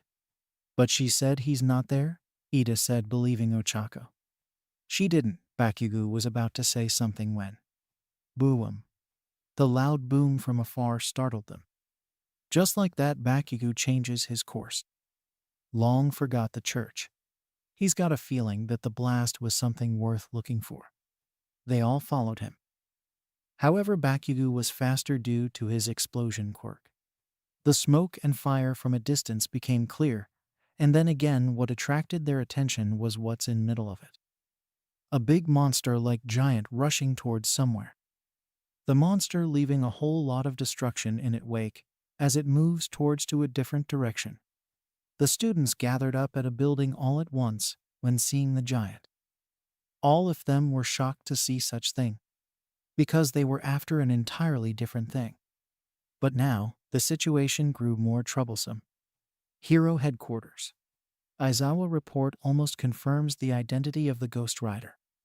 Izuku Midoriya involvement almost confirmed as well. The downside is that the girl Ochako Uraraka is already after runaway Izumi Midoriya. Gran Torino said as every heroes gathered around the big grounds of the headquarters, and everyone had their equipments and outfits on. Therefore, Tsukachi couldn't meet up with Aizawa Uraraka. Her claims are yet to be proven, Night Eye said. However, our mission is starting way earlier than anticipated. He added and turns around, and there's big screen just behind the big stage-like structure him and few others stood. Night Eye turned in the screen, and the first footage to be seen was bunch of messed up looking buildings. And then there's another footage of what caused such calamity. There were loud collected gasps when seeing the source of the destruction. The recent footage from surveillance cameras around the evacuated city blocks. He said, and everyone saw the monstrous giant. We have uncovered the secret of its identity. There was an instance long ago, and that's how we know its name. Gigantomachia. A very dangerous individual that's on the loose. Night Eye said, unveiling some of the details. Before anyone could ask anything, Night Eye spoke. Currently, it's going towards the direction of the evacuation camp. City is already abandoned, but due to shipping limitations, government set a camp on the border. Somehow it knows it. Thousands of lives are in danger. That's the reason for this early start of the mission, while half of our preparation is yet to be completed. There's no time. There's already a big portion of Pireros and police patrolling the camp. However, half of you are to leave immediately as a backup. Night Eye said. Some police officers ran around and called the pro-heroes who's going to be the backup. Many heroes complained, but in the next 10 minutes, they took off towards the border, leaving the next half of the heroes standing there. Now, then. The rest of us are heading the opposite direction. Our mission is going to be to help the students, and the Class 1B of U Academy is on their way. Night Eye said. Not only there's Ghost Rider, but also. Night Eye said, and he changed to another footage on the screen. It shows another CCTV camera view. As you can see, that's Izumi Midoriya along with the supposed Firebird belongs to the Ghost Rider. And then he fast-forward the footage until the Namu is visible. There, that's a Namu. Different from the Uschi. All Might. Mirko and a student already is in their way. Nightai assigned the backup just like that. With Izumi. She ran just behind a building just in time as the Namu hurled a massive boulder at their way. Much to her confusion, the Firebird carried her here and there in order to keep her away from the big Namu whenever it attacks. Currently, the bird is flying all around the big Namu and landed an occasional strike every second. Izumi gasped and panted as she hid behind the wall. She was also hurling her firewalls and psychic fire cannons at the big Namu whenever she got an opening. However, it frustrated her when the attacks didn't inflict much damage. By each attacks from her part, the energy in her is also draining. She hate to admit. But if it wasn't for the Firebird, she wouldn't have survived up until now. She also observed the Namu from behind the wall. The damage the Firebird was causing somehow was less, because the Firebird gets ricocheted whenever it made contact with the Namu. Shock absorption, huh? She mumbled, annoyed seeing the Namu running around trying to catch the Firebird. Interesting analogy. Izumi heard the voice of a grown man, and she immediately looks at the way to see a big man who's as tall as All Might hovering above the ground and seemingly looking at her way. Because the big man is wearing a strange-looking mask with a lot wires running to a container in his back. The man is clad in black suit. He has his arms folded to his back. Taken by surprise, Izumi immediately got startled, and she hit the wall behind her just as she tried to back away. Impressive how you managed to see that quirk on my Namu. But it's shock deflection quirk. Shocked that the bird is capable of inflicting a bit damage. It's strong. All for One proudly said with amusement in his voice. Izumi's eyes widened in shock. Why, your Namu? She said out loud. You heard that correct, little girl.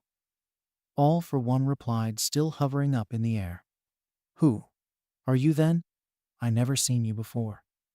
Izumi said, collecting her courage and straightening herself. The man chuckled. The world has forgotten me, huh? But fear not. I'll enlighten you. I'm a close friend to someone you know. He's the symbol of peace, if I heard that correctly. The man said. All Might? She said more to herself. Yes, the very one. I was out of job for a while since he give me a bit trouble. All for One said, pointing at his face, which is covered by the mask. Izumi, however, have a bad feeling about this. What do you want? What is this Namu of yours? She questioned out loud. All for One laughed a bit. Come with me. I have every answers to your questions. I can see the potential in you. All for One said, stretching a hand at her direction.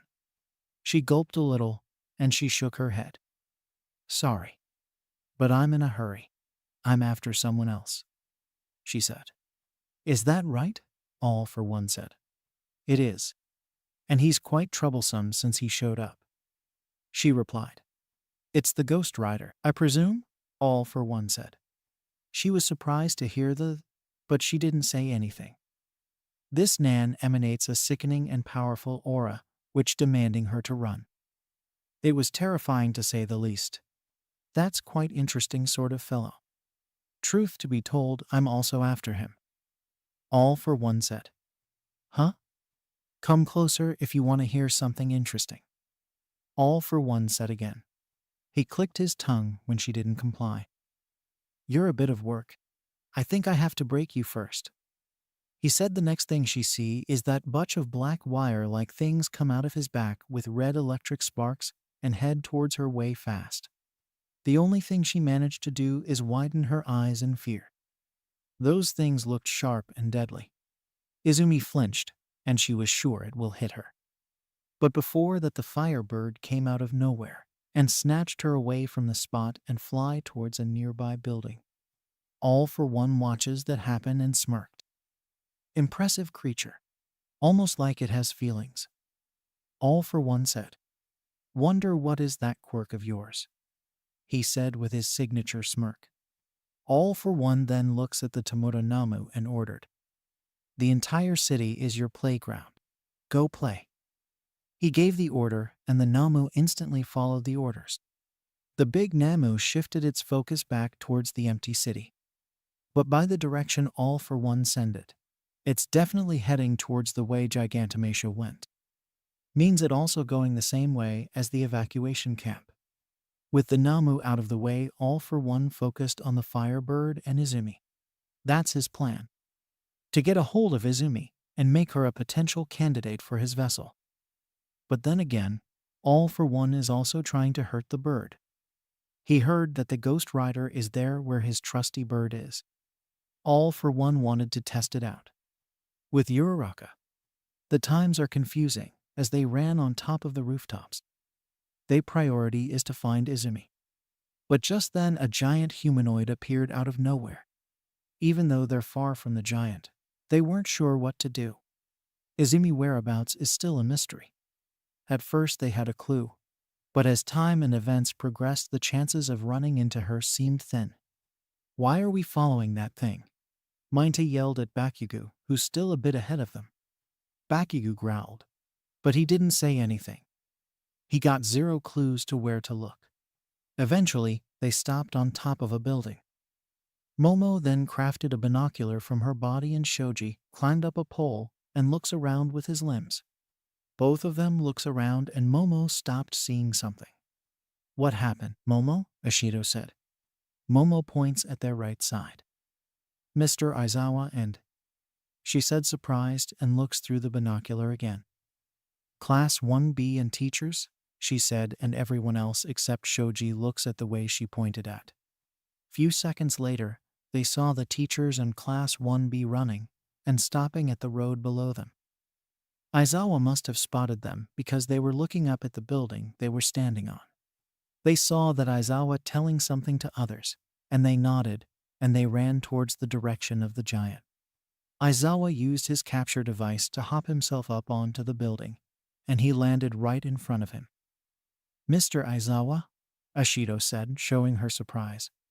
Because they weren't expecting him to meet up with him this soon. Situation's gone out of hand. Everything changed. Just so you know. It's no longer the mission just to capture the Ghost Rider. There's multiple threats, and all of us are to aid the evacuation camp at the border. Aizawa announced. Huh. What did Bakugo was about to yell when Aizawa stopped him. We figured out Izumi's location, and All Might is going there for her. And before you start to complain, Ghost Rider is not only the threat. At the location Izumi is in, there's a big threat according to the new information. So you can't go there without ending up dying. And All Might have a plan to evacuate her from there. So I want you kids to go towards the evacuation camp. Thousands of civilians are there. We'll need every bit of backup we can get. Aizawa said. But, Mr. Aizawa, some of the teachers are going there as a bit of backup. The situation is complicated. If you all go there, then it becomes easy for you to get spotted. The only way for you to help her is to leave it to All Might. Aizawa said. And I don't want you to complain again. It's for the sake of this whole plan. He added. But then Shoji shouted at them. Incoming. He yelled, and everyone looks at the way which Shoji points at. The Namu was coming their direction. With exposed brain and all, they realized what it is. A Namu. Run. Aizawa ordered, and every student listened to him. And they all jumped to another building before the Namu came and obliterated the building. The shockwave messed up their balances, and they all got ragdolled as they landed on the next building. The force sent them bouncing and rolling on the concrete rooftop. Within few hours, so much happened. At first it was Izumi leaving, and then everything became so confusing. They're supposed to go after Izumi. But now they're ordered to stop looking for her. If that wasn't enough, then there's a giant at first only for a big Namu to ambush them seconds later. The building got crumbled. Aizawa was the first to get up, and he saw the building the Namu crashed into got disintegrated, as if it was decaying and crumbling. His eyes widened, and he realized it wasn't the first time he's seen that crumbling effect. Looking at the students, he saw Bakugu was about to launch himself at the Namu. All of you, towards the evacuation camp. Right now, there's no time to waste. Mr. Aizawa, look out. Yuriroka screamed. Bakugu was quick enough to grab Aizawa by the capture device and jump out of the way just in time as the Namu came and landed on the spot, disintegrating the rooftop in the process. Every student helped one another jump off of the building just in time as the Namu completely destroyed the whole building. The creature was way too strong. They barely managed to land harmlessly on the big road below the building. They all got their wind knocked out already. The beast managed to harm them without even touching them. I want all of you to run towards the evacuation camp. I'll hold off the Namu. Eraserhead ordered, putting on his eye covers. That's an order. No one will disobey the orders. No words. I'm giving you the task of getting at the evacuation camp by traveling the underground train tunnel. That's the quickest way there. Class 1B is already on the way. Now go. But some of them tried to say their version of buts. Aizawa cut them off. Thousands of lives are in danger. This Namu is somehow less faster than the last one, so I'll hold it back. Now go. No buts, he ordered. They were hesitating to leave his side. Aizawa looks back. Go. Yes, sir. Ida took the test at hand. Everyone, towards the tunnels, he said, activating his engines and running towards the tunnel. They all followed him, and the last thing they ever heard from Eraserhead was a pained cry before they left the perimeters. Eventually, they've entered the tunnel system. Ida, Bakugu, and Shoto was ahead of everyone else in order to scout the way ahead. With Izumi, it was almost like an earthquake when the Firebird slammed onto All for One. The place was in ruins. Not a single one of the building around was standing. It happened a minute ago, when All for One launched force field-like power beam at them. Kodachi countered it with a big fire wall. The shockwave obliterated everything. Izumi gasped for air as she pushed away some rocks that she slammed onto. She laid there on the ground looking up at the sky. She could hear the intense fight between two forces just a distance away. Kodachi put her on some safe place and away from the masked man. She was confused as to why the bird is helping her. Every time the masked man attacks, the Firebird was prioritizing her safety more than its. Ain't they supposed to be enemies?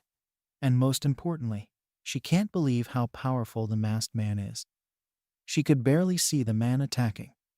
If her reflexes were bad, then she would have missed him moving a bit before he attacks. That's the only thing she could manage, to be able to see the man move before he attacks. If it wasn't for the Firebird, she would have died in a single second. She only seen All Might with such speed. She won't count the Ghost Rider because she haven't even seen how fast he is. Last time she could remember him eliminating that powerful Namu in seconds. And that Namu was about to kill All Might. And Ghost Rider wasn't even trying to do his best. She wanna face him. But Ghost Rider is yet to show himself. You're putting up a better struggle than most heroes, Bird. I wonder how strong your master is gonna be. All for One egoistical roar pierced through any other noises. I'm shocked you're putting up a fight at all. You're just a bird after all. All for One added, emphasizing the fact that a bird giving him a fight. Kodachi was struggling. This new adversary is great in strength. No matter what it does, this big man always counters it. But Kodachi has an objective now. To hold on until its master comes back. Kodachi flew up to All for One only to get hit by a force field-like blast. It hit Kodachi, and the next second, it got flung across the debris-filled ruins and land, just to the side where Izumi was. She saw with wide-eyed that the bird is struggling this much. Izumi watches it as the bird gets shrunk a bit. The fire disappeared. Feathers replaced the black blade-like protrusions, and it turned back to a normal raven. It was obvious for Izumi that the bird is lost. She's seen it stab through many villains like a bullet. And there it is right now, defeated and hurt. At least she thinks that way. She has no idea what extent the bird is hurt. She slowly crawls up to her hands and knees and looks at the bird. Why are you trying to help me?" she asked. Her anger was temporarily turned into confusion. That question came out of her mouth before she could think straight. But it was obvious that she feels a bit concerned. The irony was there. How come she's caring for the bird that belongs to the Ghost Rider? She has no clue. Kodachi slowly looks at her, and then back at all for one who's currently above them and curiously eyeing them. Kodachi slowly walked close to her and nudges on her arm. He's trying to push her away. She figured that much. He's trying to push her away from the harm's way. "I don't understand you. Why help me?" she wanted to know. But she knew she won't get the answer. "We'll figure that out once I finish this. It's gonna be real quick." All for One said with a sickening smile before launching a purple energy beam like quirk. However, the attack never hit her. All she felt was the ground below her disappear. "I am here, E." That's the only thing she heard which gave her the hope of living again.